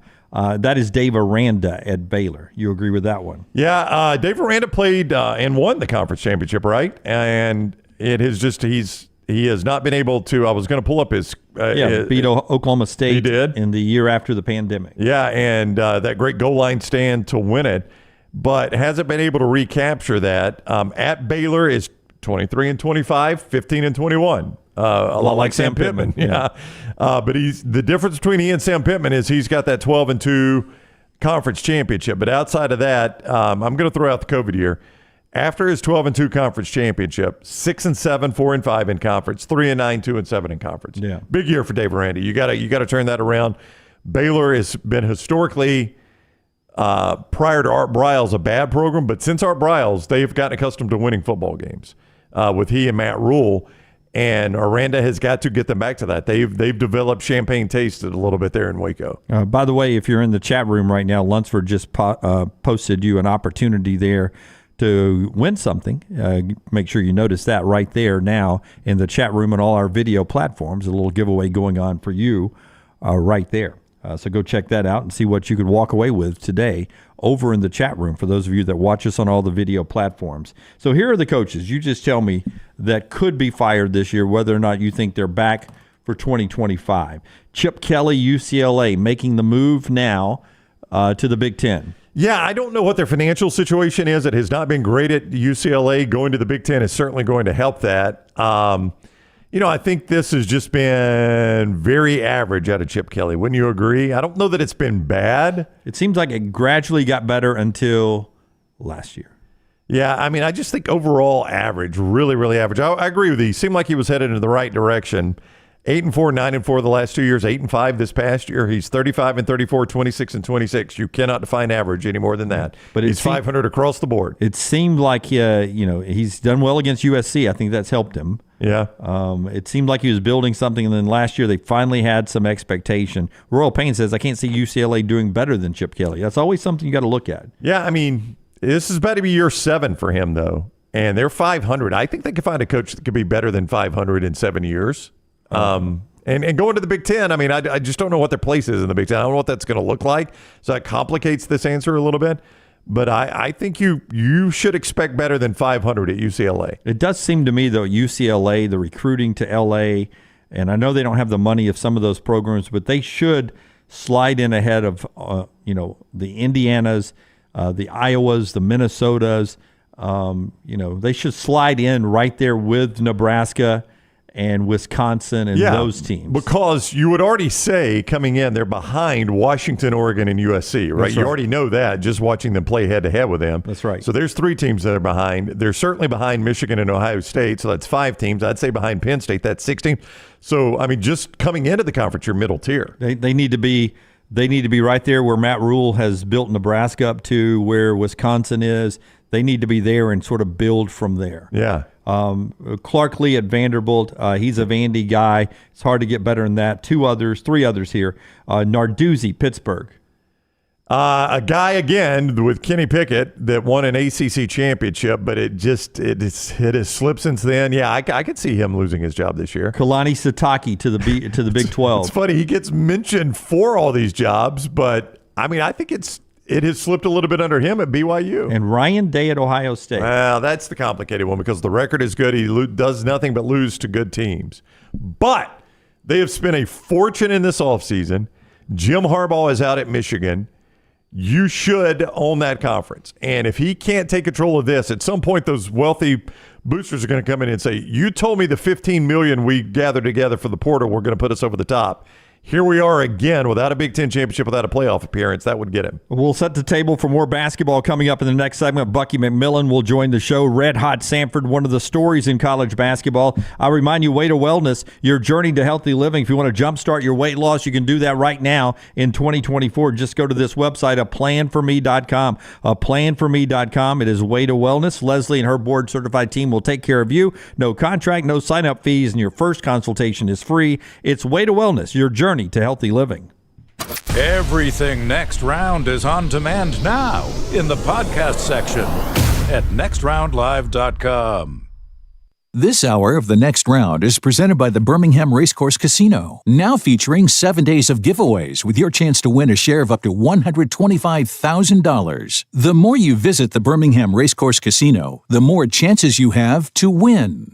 Follow Next Round Live on Twitter, Instagram, Facebook, and YouTube. The social media team at Next Round Live is dedicated to giving you daily news conferences and practice video from UAB, Alabama, Auburn, and around college football. Follow and compare to the sites you used to visit. You'll also get the latest highlights and news from the Next Round Daily Show. Turn on the notifications so you don't miss a thing. Follow Next Round Live on Twitter, Instagram, Facebook, and YouTube. See more at nextroundlive.com. Fire damage to your home or business is something you never want to consider. Ryan Brown here from the Next Round. But in the horrible event it happens, Dry Tech is here to help. They respond quickly and will reply to you within 20 minutes when you call 205-637-0143. They're working for you, the customer, not the insurance company. They've got 5 crews ready to go 24/7. Don't call the insurance company first. Call Dry Tech. Just remember this website, mydrytech.com.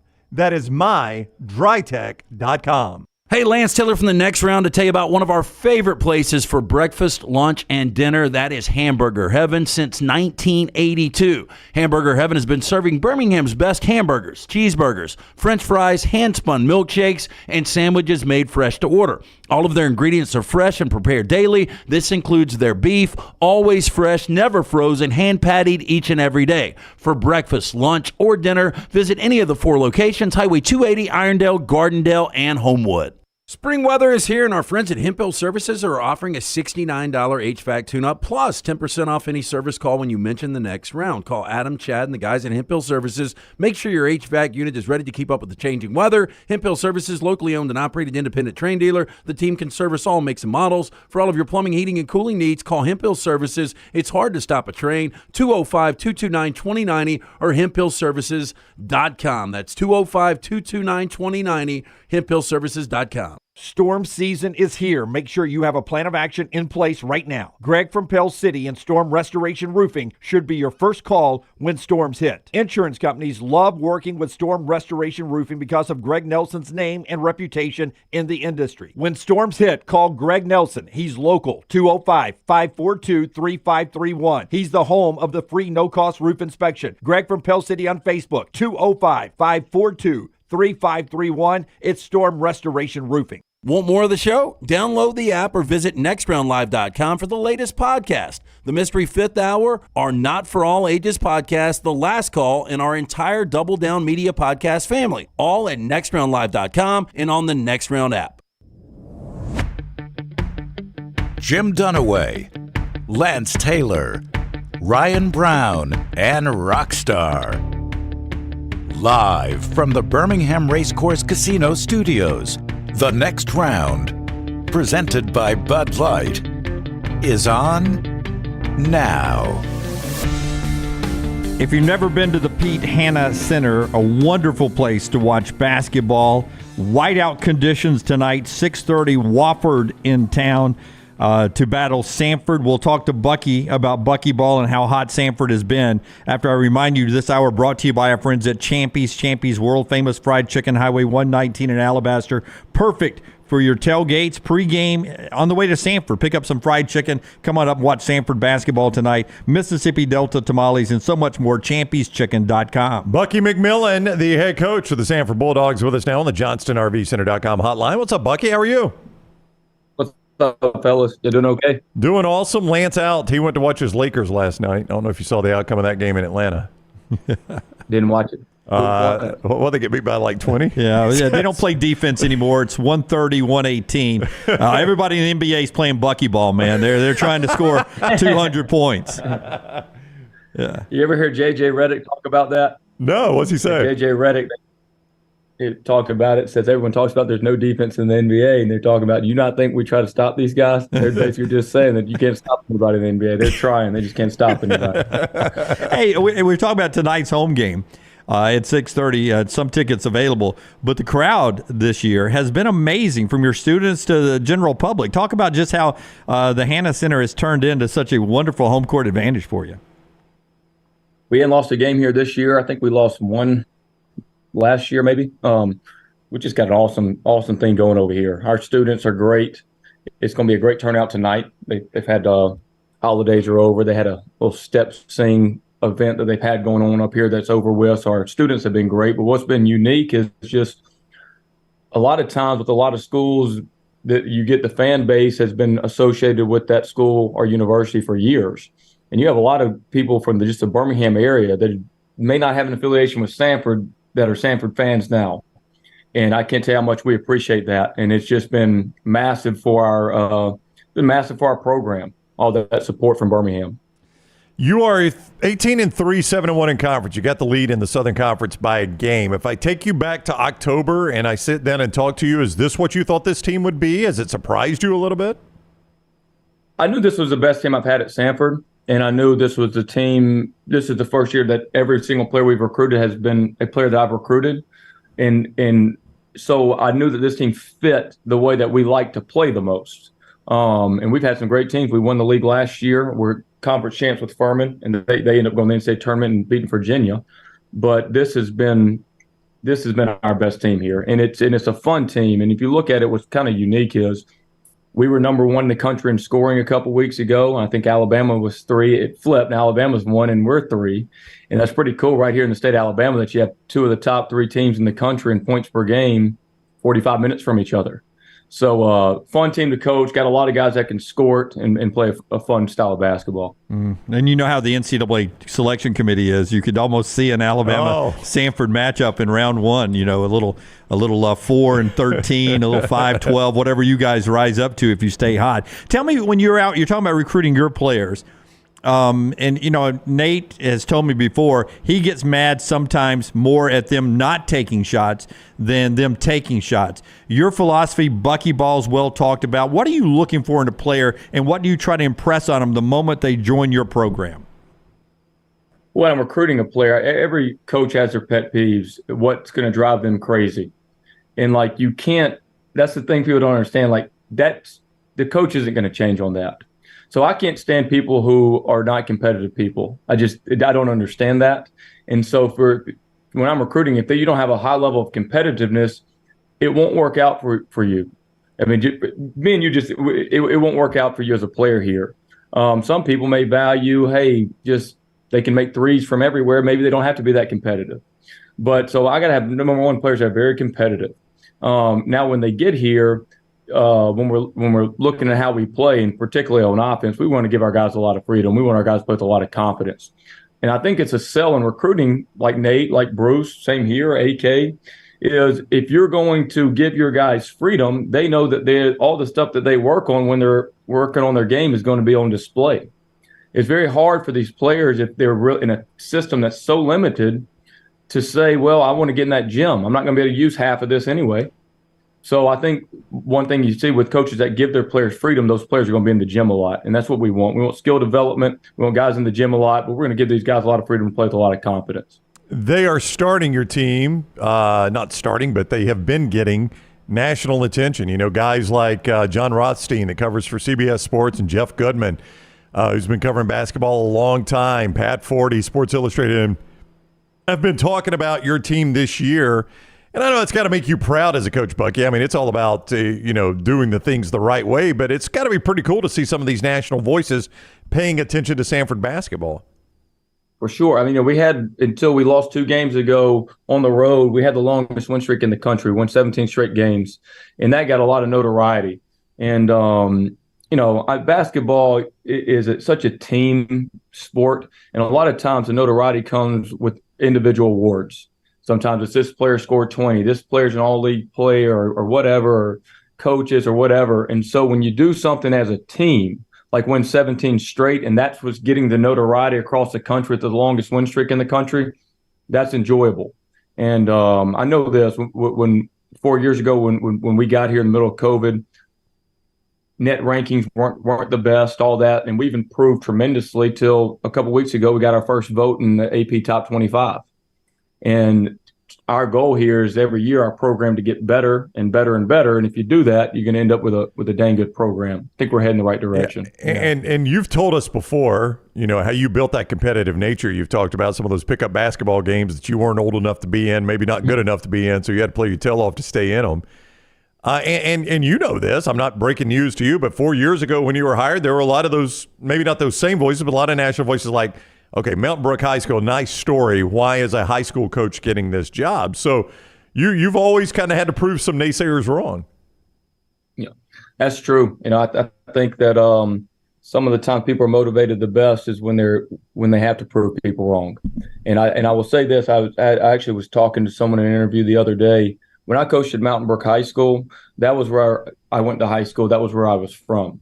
And when I coaching at Sanford, I grew up literally 5 minutes from right here. This is my hometown. I didn't want to fail at Mountain Brook in my hometown, and I dang sure don't want to fail at Sanford right here in my hometown. And you may have heard the saying that hired hand soldiers in war, like mercenary soldiers, don't fight with near the effectiveness of those fighting to defend their homeland.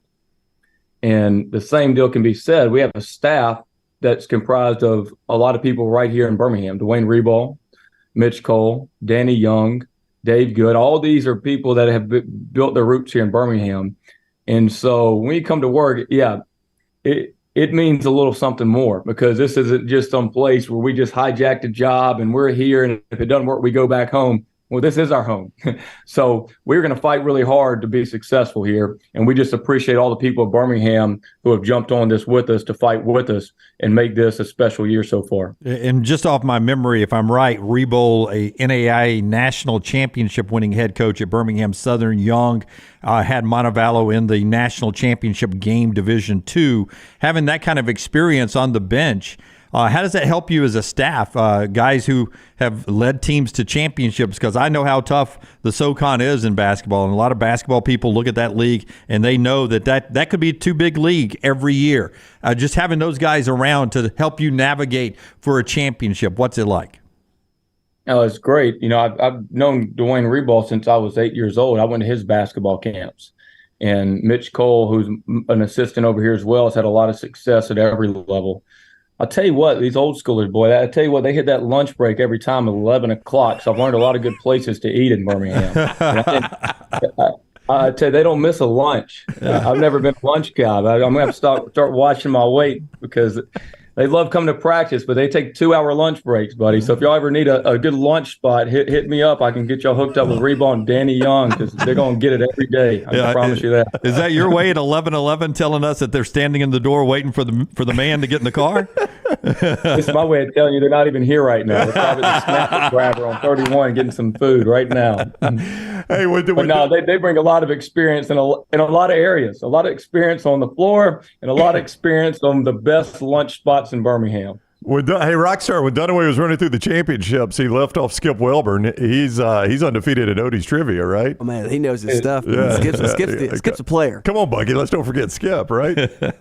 Yeah, Skip Welburn hadn't missed too many meals himself. That's my guy. Skippy, he had the flu. He came back after being out with the flu. Now he's relapsed with the flu. So I don't know what's going on, but my man Skip's got to get back here soon. We miss him. He's been for about a week. We got to get Skip back healthy. I didn't know that. We got to reach out and find out how Skip's doing. So you're realistic, though. Bucky McMillan is with us. Sanford plays tonight at home, 6:30. Bucky, kind enough to join us on a game day, and we greatly appreciate that. By the way, I've got them 24 spots ahead of Arkansas in the Ken Pom, if I'm counting right. Where are they in the Ken Pom right now? 80, I got them at 88, and Arkansas is 112. Yeah. For those that don't like Eric Musselman. That's a lot of people. Bucky is with us on the JohnstonRVCenter.com hotline, but even with the numbers Dunaway gives you, you're a realistic guy. You know it's going to be about winning that conference tournament. So how do you go about, do you talk about that? Do you even have to point at it? How do you deal with that when you know what the deal is? Like, I can do all I want in the regular season, but it's going to come down to that conference tournament for me. Yeah. In time, if you have a chance if you win out. Now, winning out is difficult. So the reality of it is it's probably going to be a one-bid lead. I'm not saying it'll be like that every year, but you can only focus on playing your best basketball at the end of the year. You can't really focus on, hey, we're going to try to win this tournament. Everyone's going to try to win the tournament. You just got to be playing your best at the end of the year. Now, a lot of that's within your control if you're getting better every week. But then there's some things that are out of your control, like injury. We went to the conference tournament last year with our leading scorer, couldn't play in the conference tournament. Our second leading scorer, who's a player of the year candidate, is having to get injections in his knee at halftime just to be able to walk. And so there's a lot of things, like Furman goes into the tournament completely healthy, doesn't lose a player all year long, ends up winning the tournament and beats Virginia in the first round. And so there's at this level in this league, I mean, it's a game of inches. So you hope to be healthy and you hope to be playing your best basketball. The good part for us this year has been this. We've had an incredible season, and we have a player on our team named Jermaine Marshall, who is a preseason player of the year candidate, who hadn't played at all in the league because he's been injured, but he's going to come back here the next couple of weeks. So we're going to be getting an addition this year, hopefully, instead of subtractions. Oh, that's huge. That's an ace in the hole. Yeah, I like that. I like that. You can go watch the Sanford Bulldogs play tonight, 6:30 over at the Hannah Center as Wofford is in town. Conference game there for Sanford, who is leading that conference, 7-1 there in the Southern Conference. Bucky, we do appreciate it. I know it's a game day. It means a lot of stuff for you, and we appreciate you fitting us into that schedule today. It means a lot. I appreciate all y'all do. It's good to see y'all. Yep, you too. Take care. Call Dwayne. Tell him to bring you some lunch back. I'll text him right now. See y'all. See you, Coach. Bucky McMillan with us on the JohnstonRVCenter.com hotline. You can go watch them tonight. You can follow him on Twitter at Bucky Basketball, at Bucky Basketball. I mentioned the national attention that they were getting, and a lot of that attention is, A, keep an eye on this team, a type of team you would not want to see, like you mentioned, in a 14 seed or a 13 seed. If you happen to draw them in your bracket, they are more than capable, and they're about to get even better with a player coming back there, with Marshall coming back, more than capable of springing the upset. But then a lot of people naturally start talking about, here's a name to watch as jobs open up. Keep an eye on Bucky McMillan. So it's actually, having known Bucky as long as we've known him, back when he was, quote unquote, just the Mountain Brook High School coach, it's actually pretty cool to see that nationally. Yeah. So, I mean, I don't know about Arkansas if Musselman moves on. But there's a lot of buzz now that Musselman may have burned some bridges at Arkansas. Yeah, that's a weird situation. And it's not going well out there. So it's something to keep an eye on and where Bucky could end up. Or maybe he just falls in love with Sanford and wants to make it the Gonzaga of the South, of the SoCon. We'll find out what Bucky ends up doing. But a home game tonight at Whiteout down there at Pete Hannah Center. Show being brought to you in part by our friends at Harbin's Outdoor. They're the ones, our buddy Jimmy went there and said Harbin should have made this 4 times bigger than they did for your dogs. But they did make it so at Harbin's that LT could let the dogs run around the backyard and they couldn't escape. And a nice fire pit and everything. Here you see those dogs getting a workout in with our friends at Harbin's Outdoors. Yeah, Harbin's Outdoors, they are the people that can make that backyard look perfect for you the way they did for Lance. Here is the number, 205-300-0718. That's 205-300-0718. Jeremy Harbin and his team can help you take that vision of what your outdoor space at your home could be and make it a reality. They do the poolscapes, landscape projects like they did at Lance's house, the fire pits, the patios. They just do tremendous work. Jeremy Harbin and his team at Harbin Outdoors can help you as well.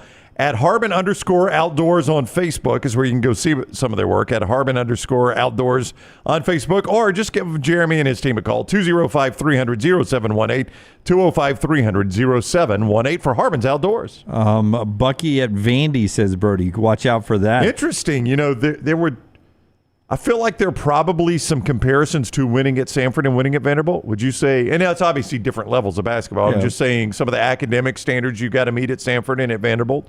Yeah. Yeah, I mean, I think there is some commonality there. And Stackhouse can't be alone for the world up there. That has just not worked at all. It hasn't, even though he gets rave reviews from other coaches about his scheming and such like that. But, you know, it eventually comes down to winning. I mean, it's the old Bill Parcells, right? You are what your record says you are. You are what your record says you are. And Jerry Stackhouse' record at Vanderbilt is not very good. You can talk all you want about how tough they are to scheme against or anything else, but his record is not good. Or what a nice guy is, or any of that. Yeah, I mean, he had a good pro career. I mean, Jerry Stackhouse is a well-known guy, but here's the truth. At Vanderbilt, Jim, he's 66-82, 24-51 in conference. He's had one winning conference season, 11-7 last year, which was his best year. He's coming off his best year in IT quarterfinals. 22-15, but he's in year 5. They're not good this year. They've never made the NCAA tournament under him. And they're 112 spots behind Sanford in the Ken Pom. That's right. They're 190. Yeah, so it's just not going well for Jerry Stackhouse. I could easily see that ending this year. Slushy says Stackhouse hasn't been the same since UAB dumped on him last year in the NIT. Or Bobby says, I hope Bucky is smart enough to avoid the Vandy job. I mean, yes, but there are only, 16 SEC jobs, and I assume it's a private school, so we don't know. Wouldn't you assume Stackhouse probably making in the $4 to $5 million. Well, probably not that high. I would say 3.5, $4 million, $5 million. I'd say 3 to 5. Yeah, I don't know what Sanford's paying Bucky either, but I bet it's not $3 million. Yeah, $3 million's good, no doubt about it. It'll spin all right. Okay, NFL. Before we get to trash in the next segment, Jerry Jones says he's all in 2024. He's going to do everything within his power for the Cowboys to make it and win another Super Bowl. All in 2024. Has Jerry ever said this before? I mean, doesn't he say this every year? I think so. Or shouldn't you always be all in? No, this is a year. Last year I was kind of like, we should try, but now I'm going to try my hardest. Yeah, I mean, I'm with you, Dunaway. If you have to announce that you're all in, it makes me question what you were before you made that announcement. Ben Johnson, staying with the Lions, was rumored to be the top pick with Washington or Seattle. But at age 37, he's going to stay and try to run it back with the Lions there. And there was talk that his asking price was too high. Yeah, Rockstar, that is huge news for your Lions to keep Ben Johnson the way that offense played.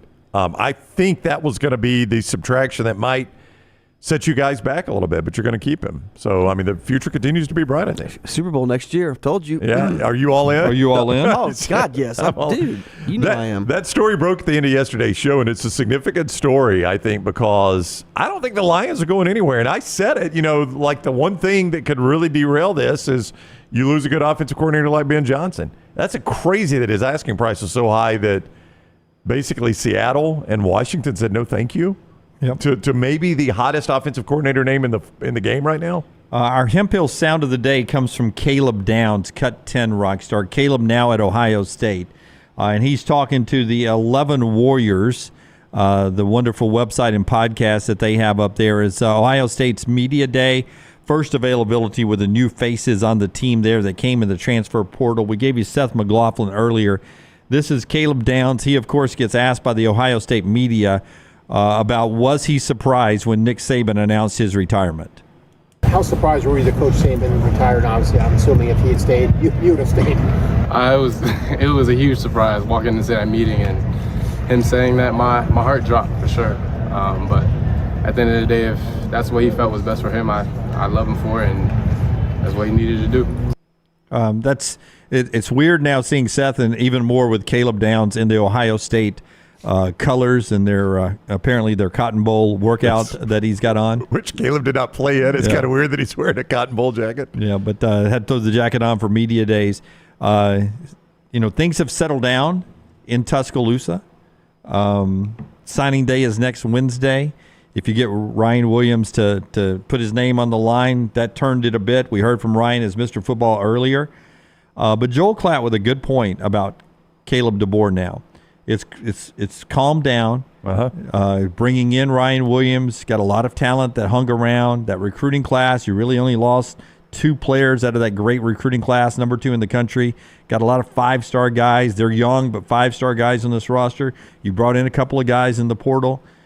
But Joel Klatt reminds us there's still a transfer portal at the end, that the pressure's on Caleb DeBoer, Ryan Grubb, Kane Womack now to sell their vision to all these talented players in Tuscaloosa and have them bought in by the time spring is over and that portal opens up again. Yeah, and I mean, I think there's a good chance that once you get to that spring portal, it's going to be a lot more import and a lot less export, right? And that's what you hope if you're an Alabama fan. You are almost all, not entirely because you got some Washington players, but you got a lot of export, a lot of big export. In that first, when Nick Saban retired and the 30-day window opened, you hope when the spring rolls around and everybody's on an equal playing field in the portal and it's not the situation you were in, that you can import a lot more. You can be picky. You can go get the guys you want, and you're not going to lose a whole lot out of it. That's what your hope is. So, and Kalen DeBoer has got, to Joel's point, a couple months now to settle all those waters down. Classes have started. You can't go anywhere.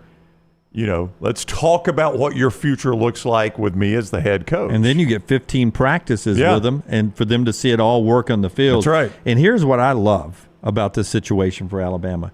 There is a lot of 4- and 5-star talent there that were going to be stacked up behind some guys, right? They were going to be stacked behind some guys, and we're going to have to wait on playing time. And waiting on playing time when you're a 5-star guy or a 4-star guy highly recruited usually leads to portal exits. Those guys now are in the fast track to get on the playing field instantly.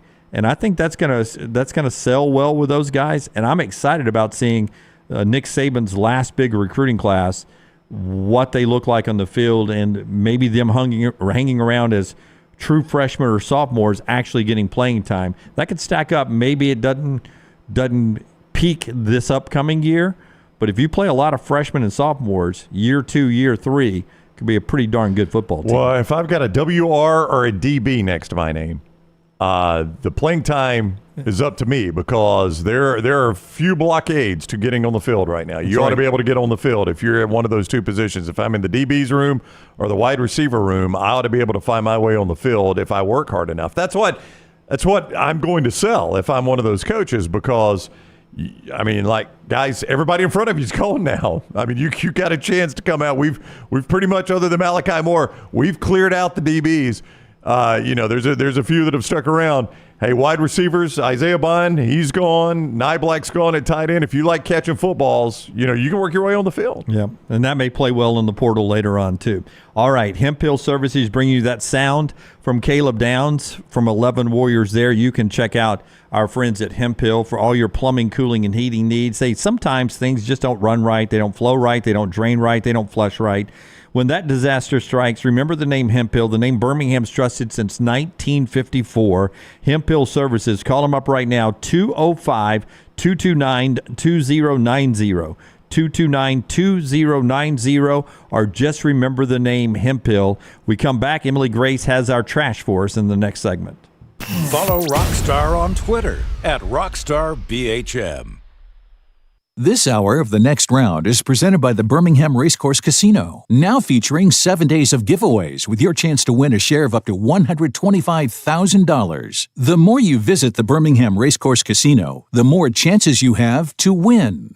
Things fall apart. There's even a book about it, but that doesn't mean you have to break the bank to fix them. Ryan Brown here for The Next Round. Our friends at Mortgage Right have a new renovation option that will make repairs and other home improvements easy. If you've recently purchased a home and find yourself short on cash, or you're looking to buy a fixer-upper, Mortgage Right's renovation loan program can help you spruce up your space. Repairs can be made to your roof, plumbing, flooring, and more with the help of top-notch mortgage professionals. So get your fix by visiting mortgageright.com/TNR. And MLS 2239, Equal Housing Lender. Want more of the show? Download the app or visit nextroundlive.com for the latest podcast. The Mystery Fifth Hour, our not for all ages podcasts like Bama and Bourbon, and the entire Double Down Media podcast family. All at nextroundlive.com and on the Next Round app. Hey, Lance Taylor from The Next Round to tell you about one of our favorite places for breakfast, lunch, and dinner. That is Hamburger Heaven since 1982. Hamburger Heaven has been serving Birmingham's best hamburgers, cheeseburgers, French fries, hand-spun milkshakes, and sandwiches made fresh to order. All of their ingredients are fresh and prepared daily. This includes their beef, always fresh, never frozen, hand-pattied each and every day. For breakfast, lunch, or dinner, visit any of the 4 locations, Highway 280, Irondale, Gardendale, and Homewood. The wait is over. Tonali has arrived. Beautifully distinctive Italian styling and performance. Come test drive the all-new 2024 Alfa Romeo Tonali plug-in hybrid at Alfa Romeo of Birmingham. The all-new Tonali offers best-in-class horsepower and torque, fastest 0 to 60 times in its class, plus best-in-class range with full electric charge. And best of all, qualified Tonali leasees are eligible for up to $7,500 EV tax credit factored into your lease. Hurry down to Alfa Romeo of Birmingham and experience the all-new Tonali. There are so many things I love about walk-ons. Authentic, mouth-watering Louisiana cuisine, prepared fresh, daily from scratch. A great beer selection and TVs everywhere to watch the big game every day of the week. And of course, they've got 2 great locations on Highway 280 and 119 and at Hoover near the Hoover Met. Walk-ons is also a great place for happy hour, 2 to 6 Monday through Friday with $5 moonshine swirls, $5 house pours, and half-price appetizers. And it's an easy take-home experience for the family as well. Highway 280 in Hoover with walk-ons.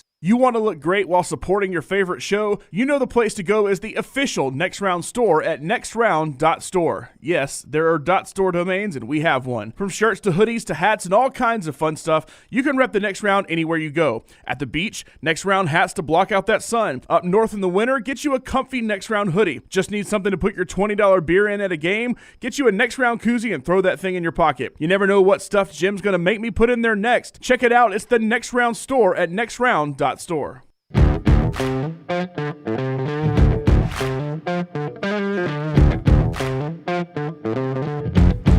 Sometime this summer, I want to have another competition in the store. I misjudged what I was doing last year in the T-shirt competition. Right. Did I win last year, the T-shirt competition? Well, you just said you misjudged it. I mean. I did. I played the one fan base. Jerry Jones this time? You're going to try? I'm going to really try harder. This time. But I felt like I won last time, though. I thought I won in sales. I think I heard it was Reed. Probably was. So what do you want to do this year? I don't know, but I want to have another design at some point. Well, we are. With hats. Oh, we are? Yeah. Oh, we're doing hats this year? Yeah. I'm not aware of this. Okay, well, there you go. I think I could do better at a hat than a T-shirt. I knew that. I was just teasing. Well, when did this come up? I didn't know. I didn't know if it was official yet. Oh, I was trying to. It was out of the meeting. There was no meeting. There was a meeting about the hats, right? No. I thought I was in the meeting. I think that was just a casual walk-by conversation. Yeah. At some point, let's design some maybe hats. Yeah, in the store. You can always get stuff at nextround.store, though. Nextround.store.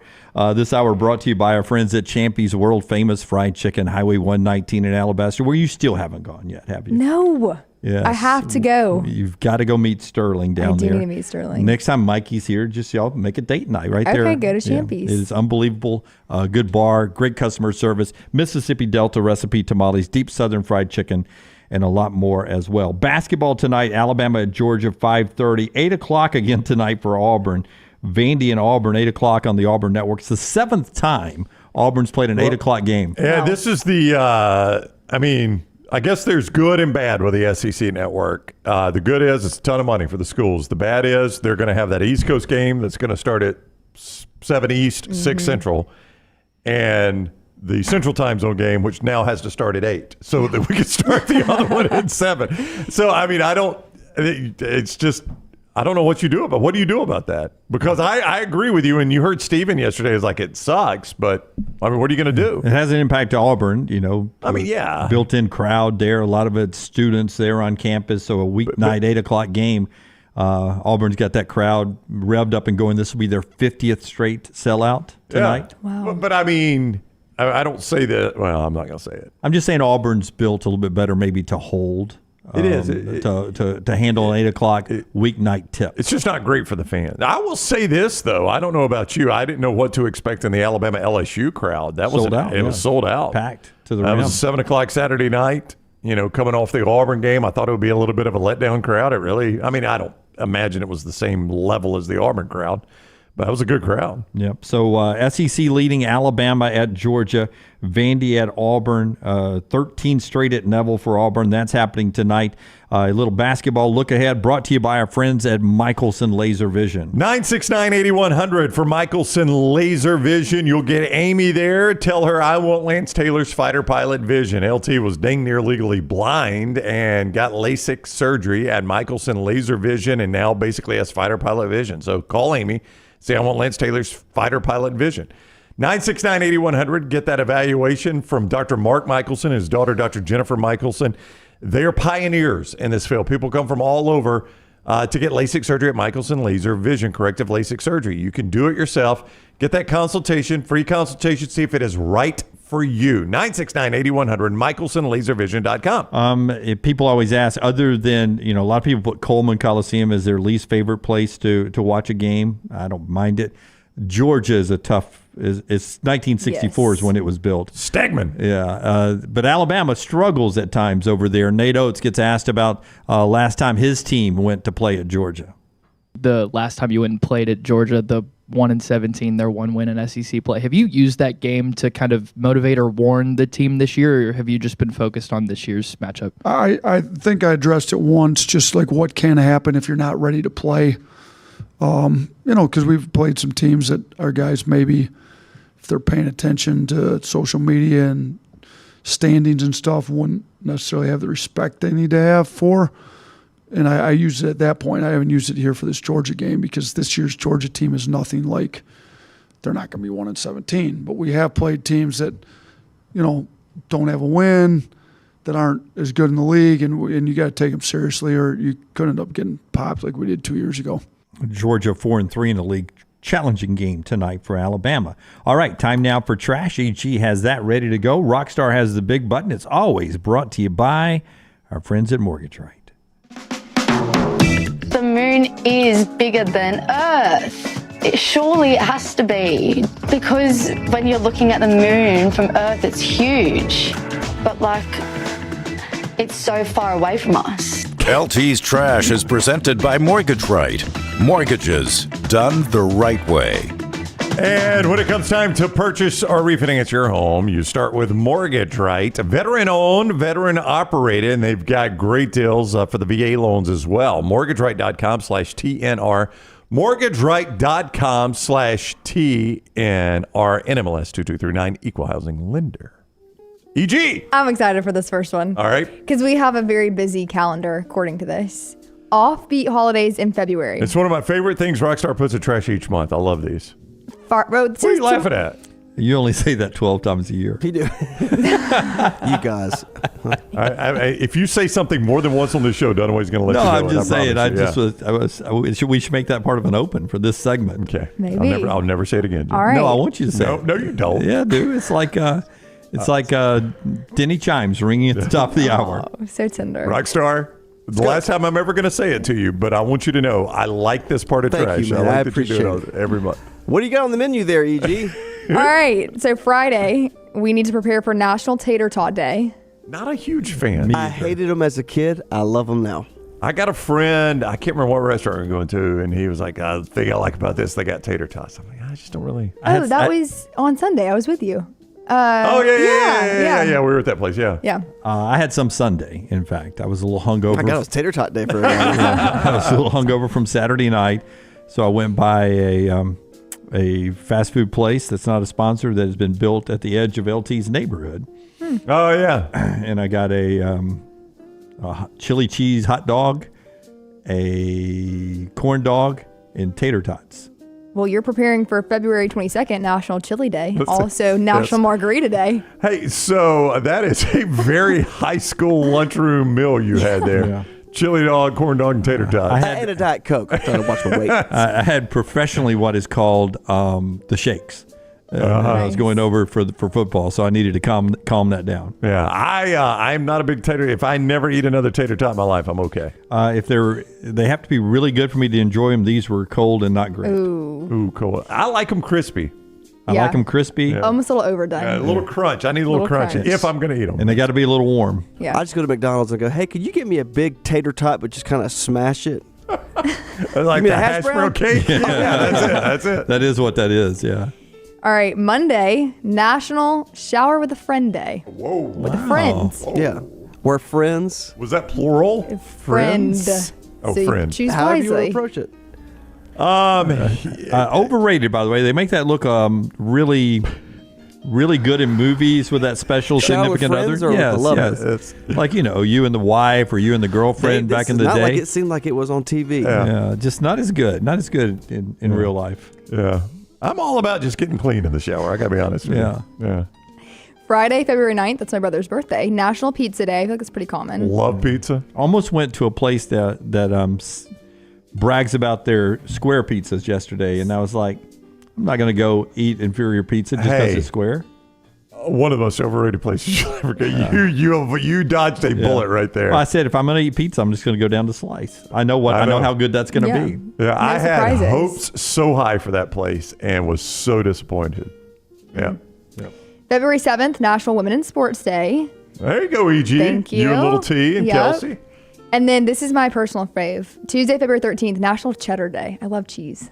You do? Yeah, I love cheese. What's your favorite cheese? I like this cheese from Trader Joe's. It's called Unexpected Cheddar. It's very good. What was the kind you bought out in California? Government. That was the Dubliner cheese. It's at Costco. You can get like a big block of it, but wasn't it good?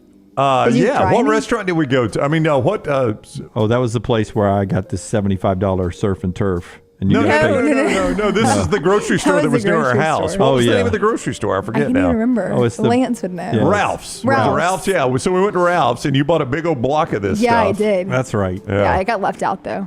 It did get left out. It was a thought that counted. Yeah, it little was- cheese it and was good. crackers. Okay, next one. This is little changing themes here. New Hampshire vet admits he faked wheelchair use for 20 years. Wow. 20 years. That's a lot of effort. Falsely claiming over $600,000 in benefits. Oh, wow. I know. So this guy. What jail is he in? So Christopher Stoltz, 49, of Antrim, New Hampshire, pleaded guilty to one count of making false statements and will be sentenced on May 6th, according to a Thursday statement. He told the U.S. Department of Veterans Affairs in January 2003 when he wasn't able to use his feet, which prompted the VA to rate him 100% disabled and increase his monthly benefits. He was also given funding to adopt 5 different vehicles to help a mobility impaired individual drive. I mean, that's hey, that is next level. I think, honey, I might have gone overboard, but we got to stick with it because now we're too deep. I'm in now. But can you imagine? I mean, it's one thing to fake it like when you have to show up for your annual appointment. Everywhere this guy went, he had to park and then do the thing that lifts the chair out. I mean, that is a lot of effort for that. So he was being surveilled multiple times, and he was found standing up normally and walking normally through multiple stores. Playing pickup basketball. Boston Marathon. He picked up his own wheelchair into the car. Yeah. So tell me, though, that this guy didn't fake also being a veteran. Like, no, that was not the fake part. That was was just not the fake part. Okay. It was just faking that he needed a wheelchair for 20 years. That is commitment. Yeah, it is commitment. Jody wants us to send him to the island.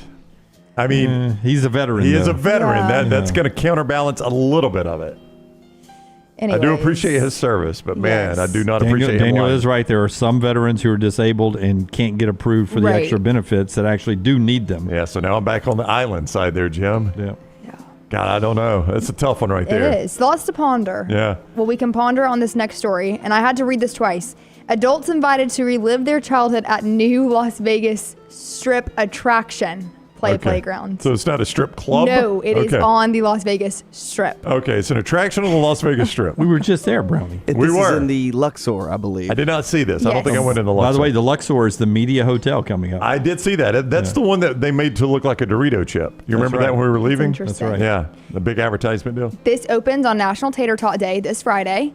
So maybe they'll serve some tater tots. There's the Luxor. Looks like it does look like a Dorito. They're wanting Good guests advertising. to reminisce on their favorite childhood games while enjoying drinks at the bar.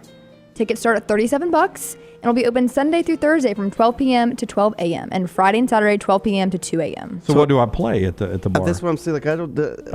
I see that. So the one right there in the middle, Rockstar, is that game where you've got the ball on the two rails and you move the rails to try to move the ball. Is that interest you at all, like an adult showbiz? No. In Vegas? Not really. Now, the goal here is, in essence, to bring people together in a post-pandemic world. A lot of people are dealing with loneliness. And so instead of being addicted to your phone, go out to the adult play bar. So they want to meet women and stuff like that. Yes. It's a good place to meet women. Engaging people. Hey, you want to go down the slide with me? Is that a cactus or a cucumber? It's a cactus. Cactus. I don't think cucumbers grow arms. Maybe if you leave it in your fridge too long. I don't know. That's a weird idea there, EG. I'm going to say that one's out of business pretty soon. It is. Pretty soon. So this is my worst nightmare. Maybe. Woman spends night in Tahoe's heavenly gondola. So essentially, a woman got stuck in this thing overnight because it froze, and all of her friends were looking for her in South Lake Tahoe while they were skiing. The one place we didn't look was the damn gondola. Right. So I ain't climbing up there. They said that she was a little bit slow and she was exhausted at one point and couldn't continue. A friend said her boyfriend contacted ski patrol and they took her down on a red bed to the gondola, but they lost her boyfriend, so he kept going down to the California Base Lodge. So she was banging on the windows of this gondola. Oh, man. And no one could hear her. And she just stayed the night there. Oh. At least it's covered. At least it's not a ski lift. Yeah, but you know it had to get cold in that thing, too. And being suspended in the air like that all night. Miserable. Does not look to be, if that's actually it, doesn't seem to be tremendously high. What is that, about 4 stories? Well, yeah, but I bet she's mid-run. Mid-ride. 3 stories? That's a leg breaker. Yeah. But I'm just saying, some of them are like hundreds of feet over a gorge at some point. Yeah, but I could just see him like, all right, we got everybody off. Shut her down. And she's like mid-run, and she's just, hanging over nothingness. So what's interesting is that her friends told the workers that she was in the gondola from this time to this time, and they just did not check. No, she is not. We check every time. Well, they did not check. So the boyfriend's at the base, and he's just watching everybody get off. Where is she? Yeah. Crazy. Calling her, phone's not working. Yeah, what's the story on her cell phone, you think? Doesn't say. Yeah, that's would have been my first think move. that maybe they would have Shark Tank idea, like an emergency button that lights up or something like that. Yeah, Like, you can hey, see I'm that. in here. Ooh, that's true, and you can see it. Like it's That's a good Hollywood idea. Squares. You hit the button and it lights up around your gondola. Yeah, that's what I'm envisioning. Somebody's in there. Oh, no, it's probably just a malfunction. I'm going to dinner. You got to be specific about your prayers, though. She probably prayed to spend some time in heaven, and it's a heavenly gondola. Yeah. More than 7 seconds. Okay, if I were to tell you that there's a state where the most narcissists live, don't look at the paper, where would you say would be? My state of mind is me. It's me. Jim Dunaway's head. And Jim Dunaway's head. I would say I would rank it in this order. I would go California. For some reason, I would go Texas. Then I would go New York. And very quickly, I'd go Florida 4. Wow. Jim went deep. Brown, you want to take a stab at it? I think California, you do have a lot of narcissists there, heavy in Hollywood. Everything is bigger in Texas. New York, I mean, I think Jim's got he's onto something there. Okay, well, you guys are not onto something, actually. Oh, Texas is number one, so There you go. that was on the list. All right, yeah, I got Then that. Iowa. Then New Hampshire. What? Those damn caucuses. I know. That's true. Then we have Maine at number 4. Maine? It gets weirder. Number 5, Indiana. Yeah. 6, South Carolina. What is a narcissist again? Someone that is. You're asking yeah, this question? I'm just going to let you Yeah, mull over I it. think Jim knows that. 7, Louisiana. 8, Mississippi. 9, Florida. 10, Rhode Island. California isn't even in the top 10. I'm stunned California Me did not too. make the top 10. Me Texas too. does not surprise me. Yeah. It sounds like only people in boring states turned in the survey. Iowa. And this is suspected narcissists. Suspected? Suspected. I suspect you're a narcissist. Alleged. Yes. Alleged. You're going to have to prove it to me, but I suspect you are. That is trash. Excuse me. That is trash today. I thought you were doing a voice. That is trash today. Brought to you by Mortgage Right. I'm sorry, I'm coughing. Mortgage Right brings you the trash today. Tell us about Mortgage Right. MortgageRight.com/TNR, your first stop when it comes time to buy that home or refinance. MortgageRight.com/TNR, NMLS 2239, Equal Housing Lender. Big 12 released their schedule yesterday, so that means we've got all 4 Power Conference schedules out for 2024. Some highlights and lowlights, and you'll see the separation again between the SEC, Big Ten, and the rest of the leagues when we come back on TNR. Follow Scott Forrester on Twitter at ScottForresterTV.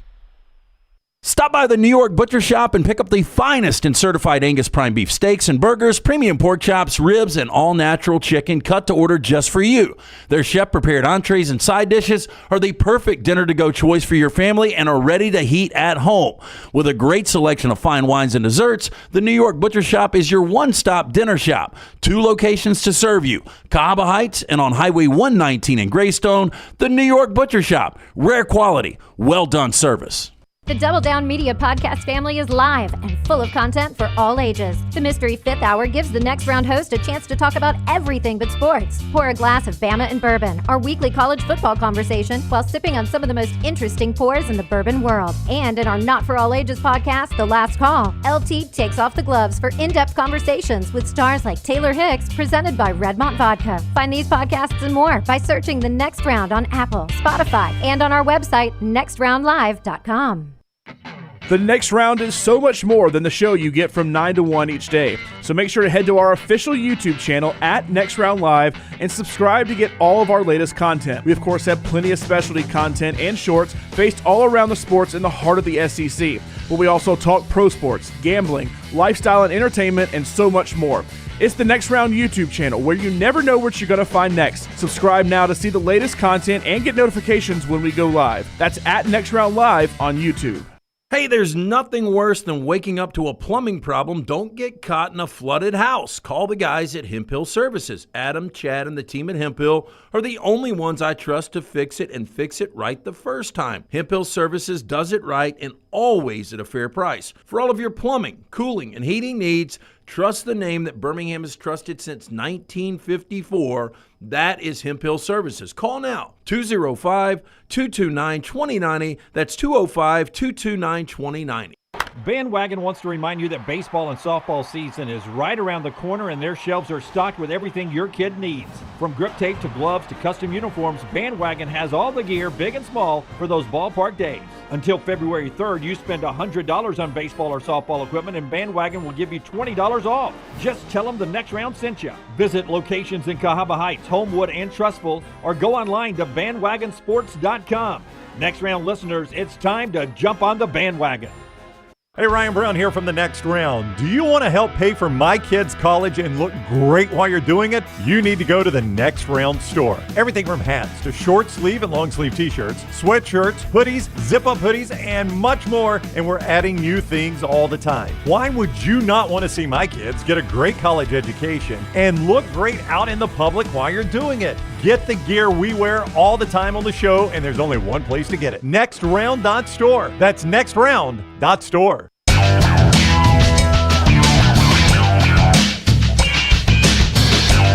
Time to start the runner. EG hanging around with us, hanging out on this final segment here. Excited to be here. She's excited to be here. Good to have you. She's ready for the Super Bowl. You have a pick yet? In case you don't get microphone time before the pick? I'm going 49ers. I'm a big Brock Purdy fan. I like the story.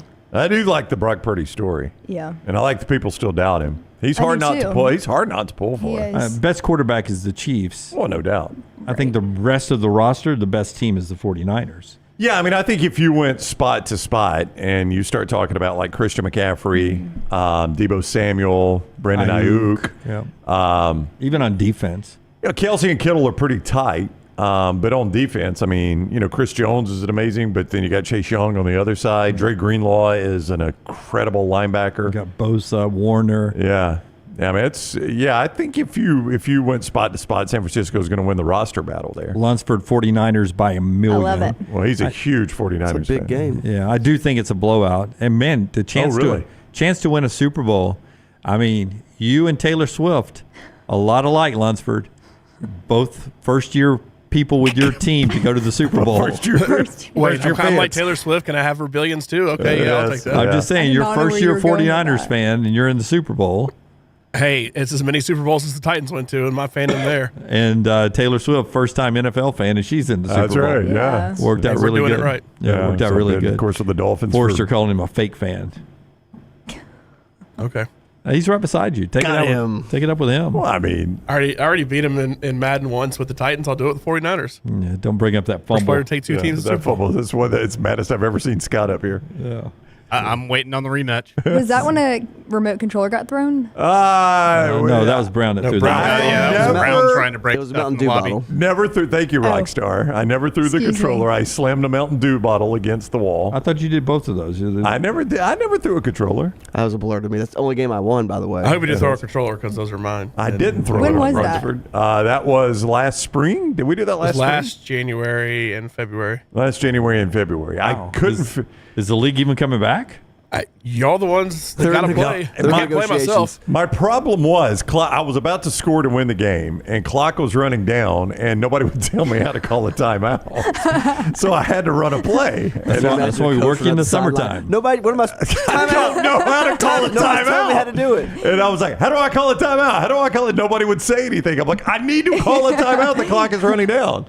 Yeah, I would say eventually just stop the game at some point. Well, Hit the big button that stops the game. Yeah, I don't know. I panicked, Jim. I froze up. It's like Jim from The Office when they're playing Call of Duty. He's just jumping up and down in the corner the entire time. How do I do this? I don't know how to call a timeout. Our friends at Gutter Cap, a patented aluminum cover system that fits over most existing gutters to keep debris out and eliminate gutter cleaning, backed with a lifetime warranty. That's our friends at Gutter Cap. Almost 20 years of service, a little over 20 years now. I saw C-Stu the other day, and he's like, dude, how old do you think I am when you said 30 years of service? Yeah, I was just ad-libbing. I was like, it seems like I've heard this spot for a long time. I was doing math. Yeah. And he said, it's not 30 years. It's over 20 years of service. Stay off the dangerous ladders forever. 45% off the retail price. It's guttercapbirmingham.com, guttercapbirmingham.com, or call the very young Chris Stewart, 205-823-2212. Okay, in scheduling now. Now that we have the schedules, Michigan may end up having the toughest schedule in college football. Oh, this coming year, really? Yeah. Can you read it for us? In September by itself, In September by itself, they have a week 2 game with Texas and a week 4 game with USC.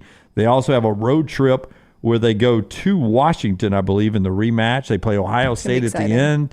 So they've got a pretty challenging schedule, Michigan does, with not the same type of roster. And did you mention Oregon, that they host Oregon? I did not mention that. Yeah, I mean, they have got Texas and USC at home. They are at Washington. They host Oregon, and they close out Ohio State. Road games at Washington and Ohio State, and they've got to host Texas and Oregon. It is a difficult. This was a program that was probably going to take a small step back if Jim Harbaugh stayed. Right. So now, Sharon Moore, you get the job, and you've got that schedule in front of you. That's a tough schedule. How much will ticket speed do y'all think for the Washington-Michigan matchup? Well, it's in Seattle. Yeah. I mean, some of that depends on how good Washington is. Smaller stadium. Both these teams are going to take a step back.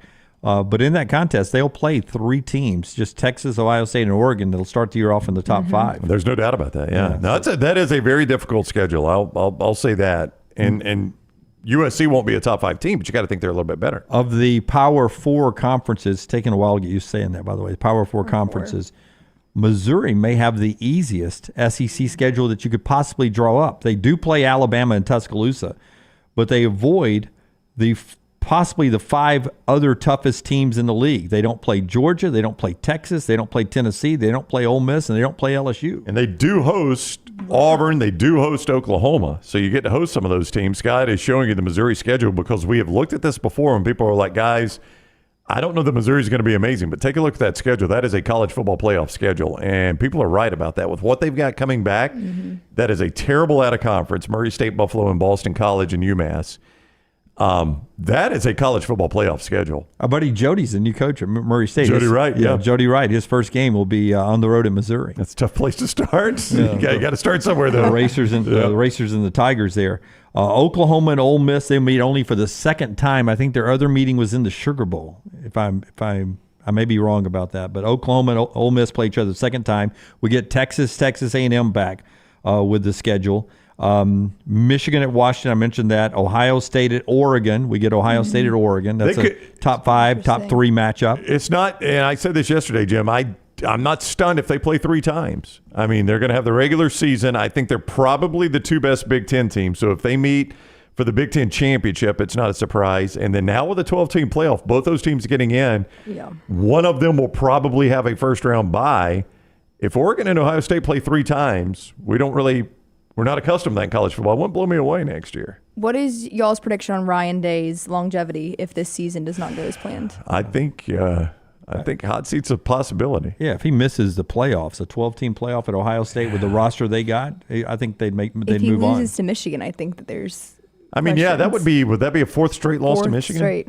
Yeah. And if it costs them the Big Ten championship or a shot at the Big Ten championship. Or kicks them out of the playoffs. Yeah, and it's not just the wins and losses. They have spent an exceptional amount of money on this transfer portal. And I'm sure that is Ryan Day going to the boosters saying, if you want me to get this program back, here's the money I need. Yeah. I need this amount of money for these guys. Yeah. A reported $15 million extra dollars in NIL to get the likes of Caleb Downs and some of the others during this offseason. And that is a win-now mindset right there. Yes. And guys don't give that kind of money without wanting to win now. This list from until Saturday and The Athletic, all those were SEC Big Ten games, by the way.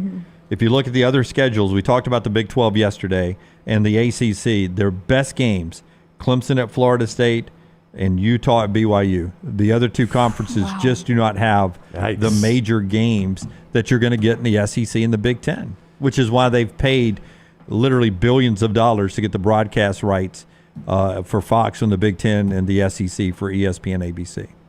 The old argument we used to always have about best conference is pretty much dead now, right? I mean, it's either the Big Ten or the SEC every single year. Even if you've got a champion out of the Big 12 that happens to win it all. Holistically. Yeah, there's never going to be top to bottom better conferences than the SEC and the Big Ten. So it's, that old argument is down to a 2-team argument now or a 2-conference argument now. And I don't know if that's going to make college football better or worse. I mean, I'm still going to watch it every Saturday, but I mean, it is, these conferences are bigger than ever. So it doesn't feel like what it would have been like had it been 2 conferences, but it's going to be 2 conferences now. Yep, 2 big conferences, and we'll see what the ACC and the Big 12 can carve out for themselves. And as Royal Payne said earlier, the ACC is just 1 decision by ESPN and ABC away from if they would to say we would let Florida State out of their grant of rights or whatever they could do to help Florida State pay off and move on to say the SEC, you could see the ACC just tumbling. I wanted to end the show with this. Emily Grace, you're just starting out in your career. Mm-hmm. Luckily, you'll have people who do their jobs for a long, long time that help you out. Larry White was early on at Alabama for me, a long-time SID there. Kirk Sampson has done a wonderful job. Josh Maxson at Auburn and Alabama for a long, long time. You worked with David Housel too, right? David Housel was the first AD I ever worked with, SID I ever worked with. A guy from Georgia, Claude Felton, started working at Georgia in 1979, and he announced his retirement yesterday. And all I remember about Claude was he would always come to us when we were on radio over at Jocks and say, I can get you you'll be the only out of Georgia station that I will give it because of the relationship you had with Claude. Yep, and did it here too, and with Kirby Smart. And he was just, the thing I'll remember most about him is he's just the nicest man in the world. Yep. Incredibly nice guy. They have a saying at Georgia, that's a damn good dog. He was that. He was a damn good dog. Yeah. Good for Claude Felton, man. Yeah. 45 years, and there's him with UGA in his announcement yesterday. And Georgia's saying thank you to one of the SEC greats in Claude Felton there. We hope he enjoys his retirement half as much as Nick Saban's enjoying his so far. Can't wait to see Claude on a boogie board. We're back with you tomorrow at 9 a.m. Central Time. Until next time, God bless you and God bless America.